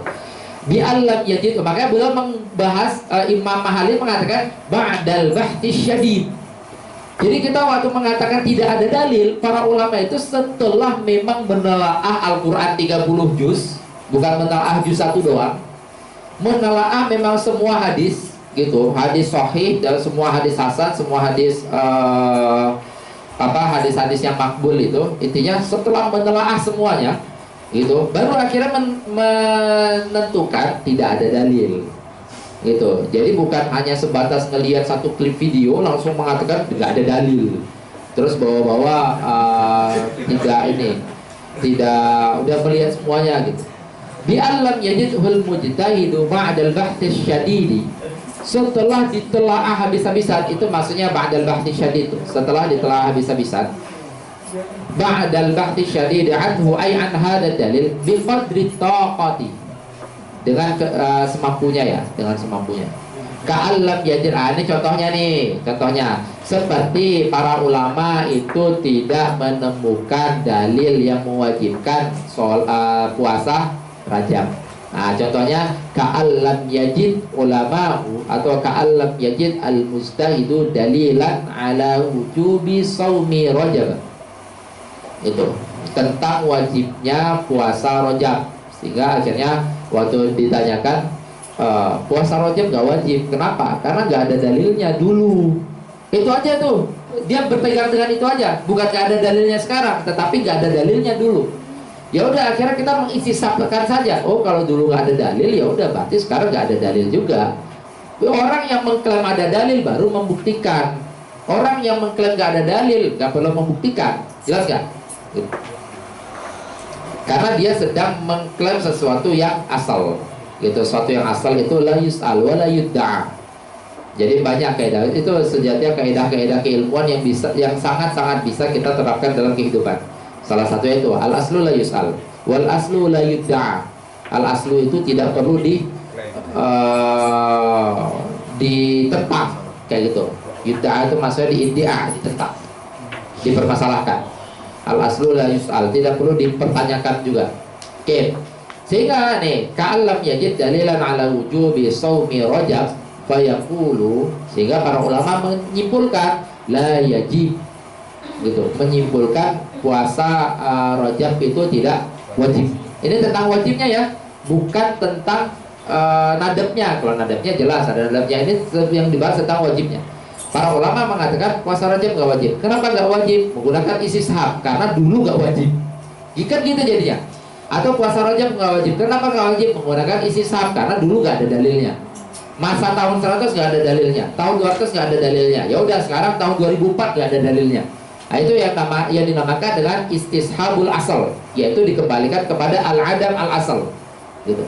Beda kalau misalnya dulu ada dalilnya, maka sekarang kita harus tunjukkan dalilnya apa. Misalnya orang mengklaim bahwasanya puasa Rajab sunnah. Kenapa? Karena dulu ada dalilnya. Ya udah, berarti sekarang nggak bisa kita hanya berpegang kepada karena dulu ada dalilnya. Sekarang kita juga harus menunjukkan dalil yang sekarang. Kayak gitu, ini dalilnya. Nah, berarti masih aktif tuh dalilnya.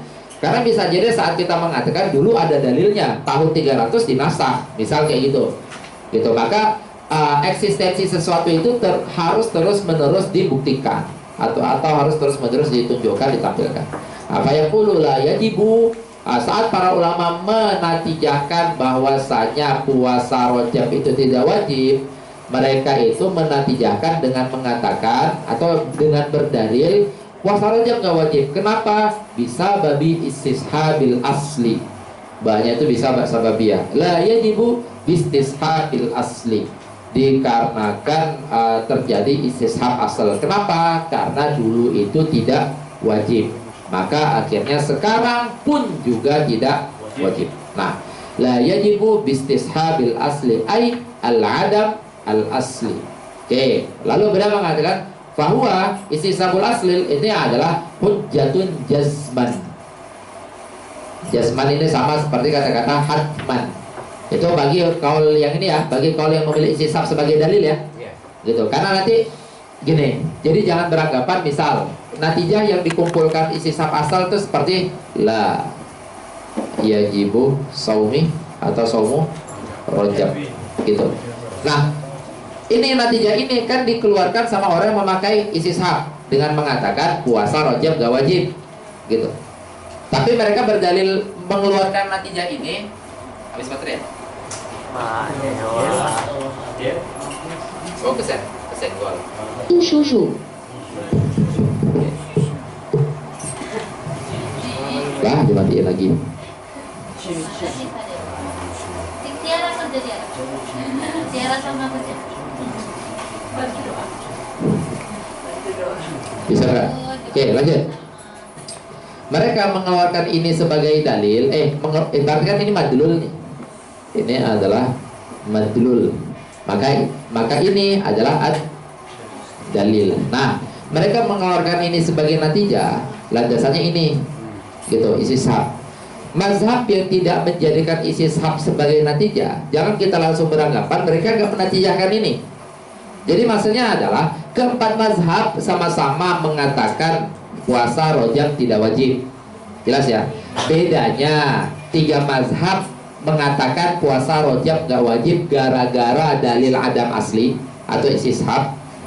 Yang lain yang tidak menggunakan istishab sama natijahnya, mengatakan puasa Rajab nggak wajib juga, tetapi dalilnya lain. Jelas ya? Dalilnya dari jalur lain gitu, tidak menggunakan langsung istishab gitu, tapi menggunakan kaidah-kaidah yang lain. Misalnya menggunakan amal ahli Madinah. Kenapa kita mengatakan puasa Rajab nggak wajib? Bukan karena istishab, tetapi karena ahli Madinah memang nggak puasa Rajab gitu, atau ahli Madinah ada yang nggak puasa Rajab dan seterusnya. Jelas ya? Oke, lanjut. Nah, maka beliau mengatakan bahwa istisab asal itu hujjatun jasman. Nah, jasmannya itu jasman bagi orang yang menggunakan istisab sebagai dalil. Jadi bukan hujjatun jasman wajib bagi semua, enggak. Karena dari awal saya pahamkan istisab adalah salah satu dalil mukhtalaf fi. Kalau dia adalah dalil mukhtalaf fi, ada mazhab yang tidak pakai. Kalau ada yang tidak pakai, maka bukan hujjatun jasman lagi dong jadinya. Jelas? Oke.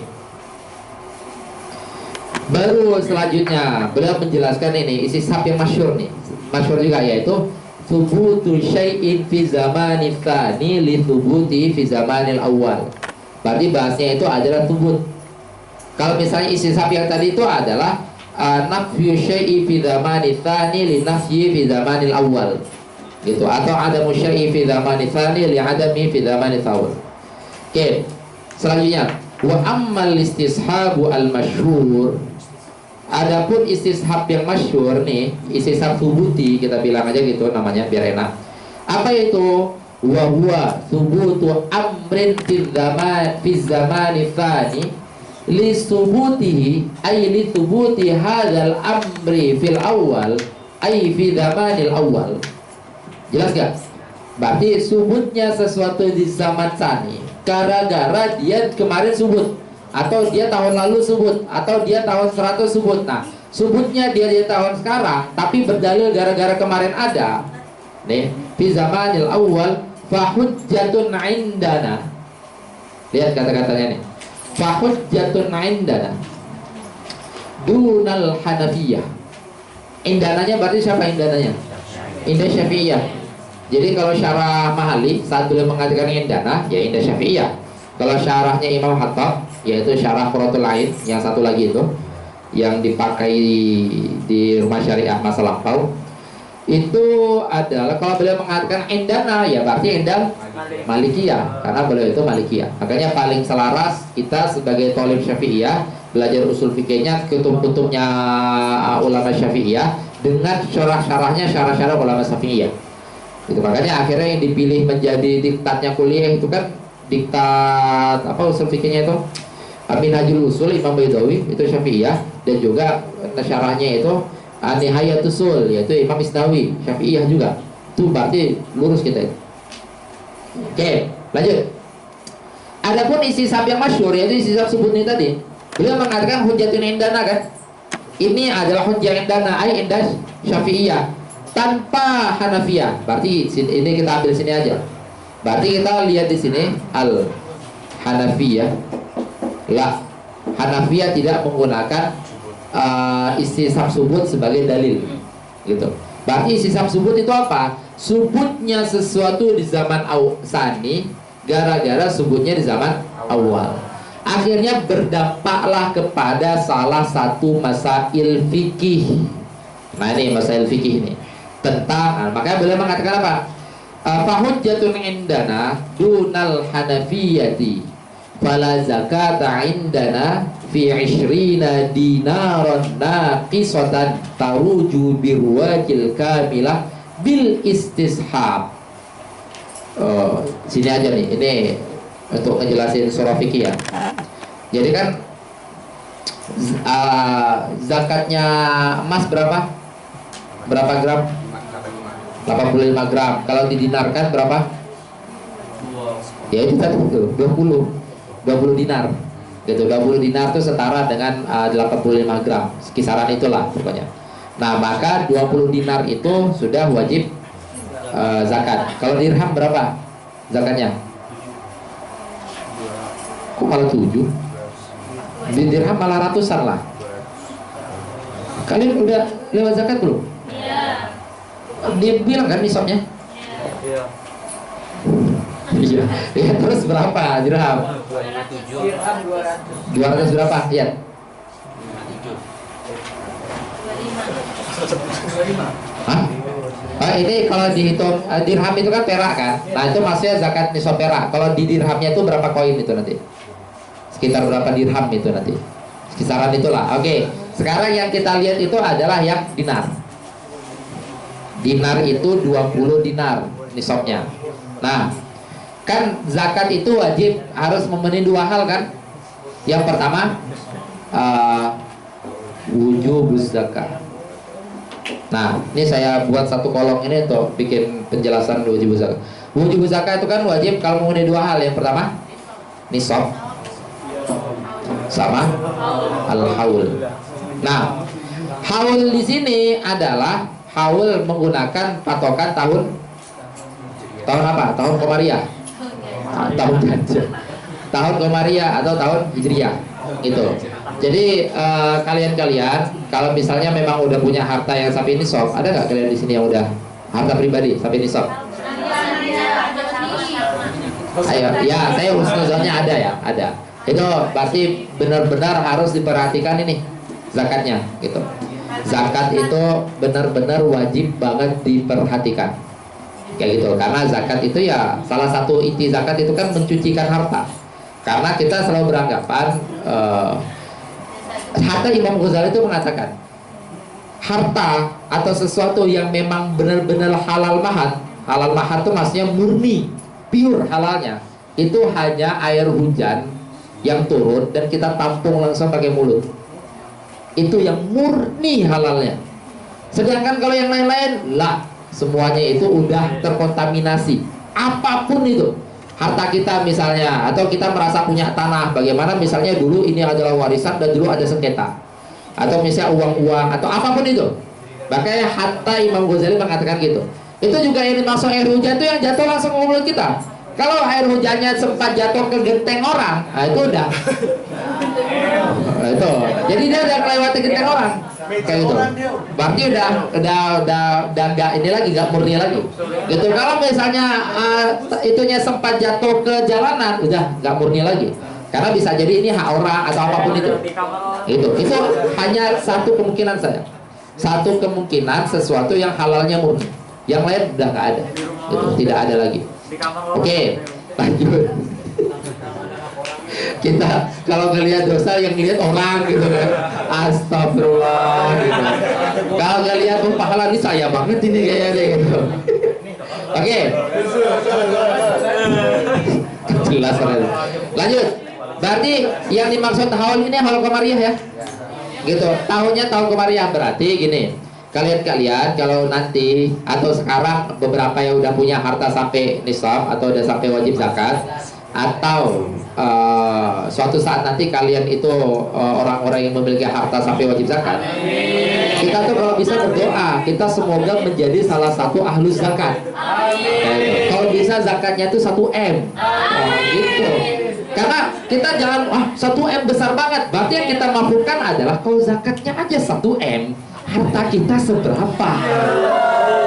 Kan itu, jangan lihat zakatnya kayak gitu. Lihat harta zakat kita 1 M gara-gara harta kita itu 100 M. Gitu. Jadi kita berdoa kayak gitu. Dulu guru saya selalu menghimbau gitu tuh. Kita selalu berdoa kita ahlu zakat. Jangan malah jadi orang yang menghindar zakat. Orang-orang dulu itu beliau selalu mengatakan orang-orang menghindar zakat itu memang orang-orang nggak ada ahli zakat itu. Ahli zakat maksudnya nggak bisa kaya itu. Sampai seperti itu. Oke, menghindar zakat kan banyak caranya itu. Hilah-hilah itu. Oke, lanjut lagi. Berarti sampai nisab. Kalau misalnya emas atau kalau dinar maka 20 kan? Nah, 20 dinar. Oke, 20 dinar. Nah, 20 dinar ini nggak boleh berkurang 1 gram pun di fatrah 1 haul. Jelas ya? Maksudnya ya, itu nggak boleh berkurang 1 gram pun di fatrah 1 haul itu. Jadi misalnya tanggal 1 Muharram gitu. Kita punya 20 dinar, itulah titik start kita itu dihitung bukan dihitung zakat, dihitung haul. Sampai kalau misalnya kan kita berdoanya semoga bertambah terus kan? Gitu. Kalau misalnya 1 Muharram ke depan nggak berkurang dari 20 dinar, ya udah 1 Muharram tahun depan kita wajib keluar zakat. Nah, nanti kapan lagi wajibnya? Ya 1 Muharram ke depannya. Nah, kita tiap tahun itu harus punya patokan tanggal itu, punya patokan tanggal Muharramnya. Tanggalnya harus Muharram, nggak boleh tanggalnya ini, nggak boleh tanggalnya Masehi, nggak boleh. Wajib tanggal Muharram, kayak itu. Kenapa? Karena patokan haul itu Muharram bukan Masehi, gitu. Jelas ya? Gitu. Karena kalau misalnya patokannya Masehi nanti mundur-mundur terus dia tuh jadinya. Kalau patokannya Masehi kan, misalnya kita pakainya itu 1 Januari, 1 Januari, misalnya 1 Januari tahun ini 1 Muharram. 1 Januari tahun depan itu udah 10 Muharram atau mungkin 20 Muharram. Paham gak maksudnya? Ya. Maksudnya kan yang Muharramnya kan jadi maju. Ya. Kayak itu, si Januarinya mundur kan? Ya. Itu berarti kan sama dengan kita tahun depan tidak mengeluarkan zakat di waktunya. Ya. Nah, takhiruz zakat dunal hajah itu haram. Ya. Gitu. Jadi sepanjang waktu itu kena istim terus dia nanti, kena dosa terus tuh nanti. Mentakhir zakat tanpa hajah. Ya itu tadi, kalau misalnya kita menggunakan patokannya tanggal Masehi, jangan. Kita patokannya harus tanggal. Jadi kita saat punya rezeki nomplok, wah tiba-tiba dapat hadiah atau dapat warisan harta, gitu, harta 20 dinar kayak itu misalnya. Udah langsung hitung di tanggal berapa. Oh ini tanggal 15 Muharram. Oke, saya lihat ini sampai tahun depan nggak berkurang, keluarin zakatnya kayak gitu. Jelas kan nih? Oke, masalahnya gini sekarang, yaitu tentang nisab ini kan wajib kamil ya. Ya. Wajib kamilah. Kamilah ada? Sakit? Oh, wajib kamilah. Gitu. Nisab ini wajib kamilah. Maksudnya adalah 20 dinar ini harus 20 dinar yang kamilatan fi'lan. Paham nggak maksudnya? Ya. Kamilatan fi'lan. Maksudnya memang secara aktual 20 dinar. Bukan secara saya punya bisnis, bulan depan harta saya 30 dinar, tetapi sekarang masih 15. Tetapi itu memang pasti terjadi. Maksudnya adalah memang ini akan terjualnya gitu, sehingga bulan depan saya memiliki 30 dinar. Ya. Paham gak maksudnya nih? Ya. Gitu. Nah, di sini nih, tadi kita kembali ya tentang isi sahab ini tadi. Isi sahab kan tadi Hanafiyah nggak pakai kan? Kita pakai. Gitu.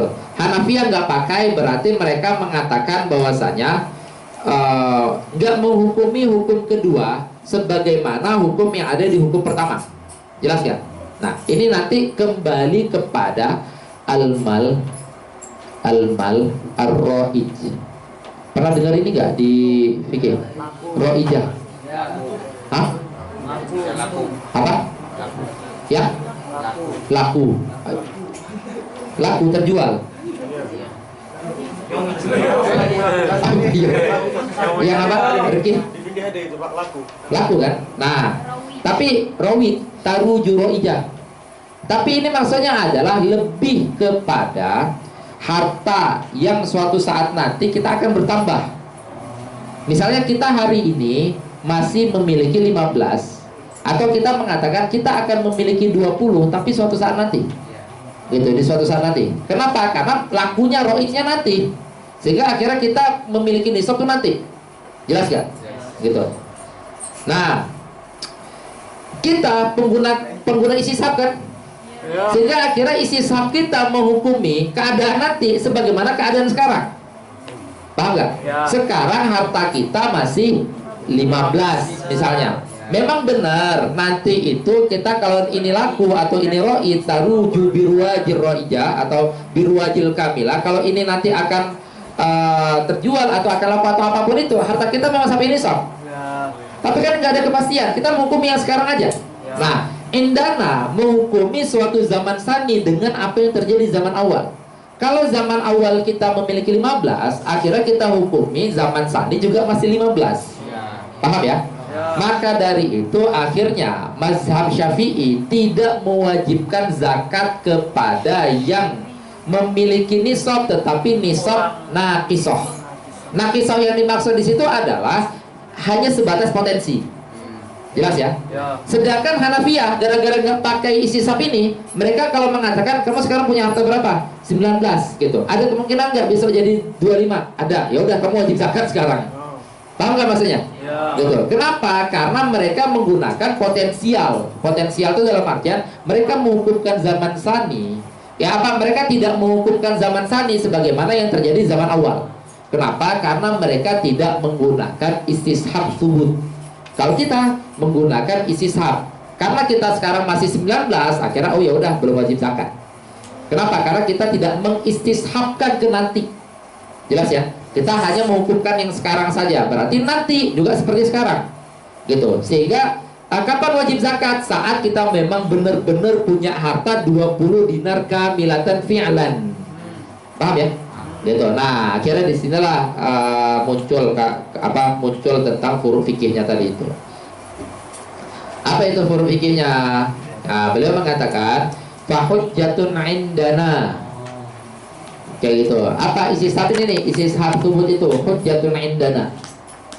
Dunal Hanafiyah, sehingga fala zakata indana fi 20 dinaron naqisatan taruju birwajil kamilah. Maksudnya adalah gak ada zakat dalam mazhab kita, dalam mazhab Syafi'i, bagi orang yang memiliki 20 dinar tetapi masih naqisoh. Kenapa naqisoh? Karena masih potensial. Suatu saat nanti memang bakal aktual, tetapi di saat itu tidak wajib zakat. Kenapa? Karena menghukumkan zaman sani sebagaimana yang sudah terjadi di zaman awal. Gitu. Sehingga kita menghukumkan zaman sani yang masih nggak wajib zakat sebagaimana yang sekarang. Kayak gitu. Nah, sedangkan Hanafiyah mengatakan wajib zakat. Gitu. Kenapa? Karena mengatakan harta-harta 20 dinar yang nakis, tetapi dia itu taruju birwajil kamilah. Ada ihtimal, ada potensial bakal laku dan akan menjadi kamil, bukan naqisoh lagi sehingga menjadi kamil, maka udah wajib zakat. Jelas ya? Gitu. Ini yang kita bahas tentang wajibnya ya, bukan tentang kebolehannya. Karena kalau bahas kebolehan, maka mazhab Syafi'i itu juga mengatakan boleh. Itu yang dinamakan dengan ta'jil. Masih ingat gak waktu kita jelasin dulu ta'jil? Ta'jil itu melakukan ibadah sebelum masuk waktunya. Salah satunya itu adalah zakat. Itu kalau zakat fitrah kan biasa ya, zakat fitrah itu kan sering tuh awal-awal Ramadan panitia udah narik zakat, atau tanggal 20-an udah narik zakat. Padahal wajibnya zakat fitrah kapan? Waktu setelah maghrib. Itu azan maghrib teng, itu wajib zakat fitrah. Nah, begitu juga zakat mal. Zakat mal itu wajibnya di saat nisab dan haul sudah terpenuhi. Tapi apakah boleh orang zakat mal itu di saat baru nisab saja? Boleh. Itu maksudnya itu ta'jil namanya. Gitu. Jadi dia itu nisab tanggal 1 Muharram tadi. Nisab padahal belum satu hal tuh. Cuman saking bahagianya atau saking husnuzonnya sama Tuhan gitu kan. Saya husnuzon tahun depan udah 50 dinar harta saya kayak itu. Sehingga akhirnya saya keluarin dari sekarang. Itu kan berarti namanya ta'jil tuh. Melakukan kewajiban sebelum masuk waktu kewajiban itu sendiri, ta'jil kan. Nah itu boleh dalam mazhab kita. Tapi kan kita nggak mengatakan wajib. Jelas nggak? Itu boleh dalam mazhab kita, bahkan sunnah. Salah satu kesunahan itu adalah mentajil zakat. Cuman permasalahannya nanti kalau ternyata dalam perjalanan menuju haul hartanya berkurang, paham nggak? Gitu. Itu permasalahannya. Nah, itu nanti masalah fikihnya muncul di situ tuh. Apakah boleh kita minta lagi atau udah haram? Kan jadinya kayak gitu. Sehingga kan akhirnya dia menentukan saat perjalanan menuju satu haul rugi besar dia ternyata, sehingga berkurang. Sehingga baru dia ingat, aduh, kalau gini berarti aku nggak wajib zakat lah. Ngapain aku keluarin dulu? Ah, itu nanti permasalahannya itu tuh. Apakah dia boleh datangi lagi kepada ambil zakat lalu minta lagi, atau itu sudah tidak diperbolehkan? Itu nanti permasalahannya itu. Tapi kalau tentang kebolehan, apakah boleh mengeluarkan zakat dengan ta'jil? Itu boleh. Bahkan dianjurkan gitu. Untuk melawan ini, untuk melawan bisikan-bisikan. Karena kalau misalnya kita megang harta besar, itu nanti selalu terjadi bisikan di akhir-akhir tahun itu. Udah ada bisikan akhir tahun dengan mengatakan, udah pinjamin aja dulu nih gitu. Karena kan salah satu syarat daripada wajib zakat itu kan milkut tam. Kalau kita pinjamkan ke orang, itu milkunya nggak tam lagi, sehingga akhirnya nggak wajib zakat gitu. Jadi dipinjamin ke orang, udah setelah 1 hari, oh berarti udah berkurang nih, ambil lagi, kembali lagi. Itu nanti salah satu hilah. Oke, maka dikatakan untuk zakat yang di 20 dinar yang nafis wa taruju birwajil kamilah, bagi kita enggak wajib zakat. Apa dalil kita? Istishab. Karena kita mengistishabkan keadaan sekarang yang belum kamil kepada keadaan nanti juga belum kamil, sehingga nggak wajib zakat. Sedangkan Hanafiyah nggak menggunakan istishab subut, sehingga mereka langsung mengatakan kalau kamu sekarang punya 19 dan ada ihtimal nanti 20, maka sekarang kamu udah wajib zakat. Itu yang dikatakan dengan naqisah tawuju birwajil kamilah. Hadza wallahu taala alam. Kita tutup dengan kafaratul majlis. Barakallahu ma bihamdika.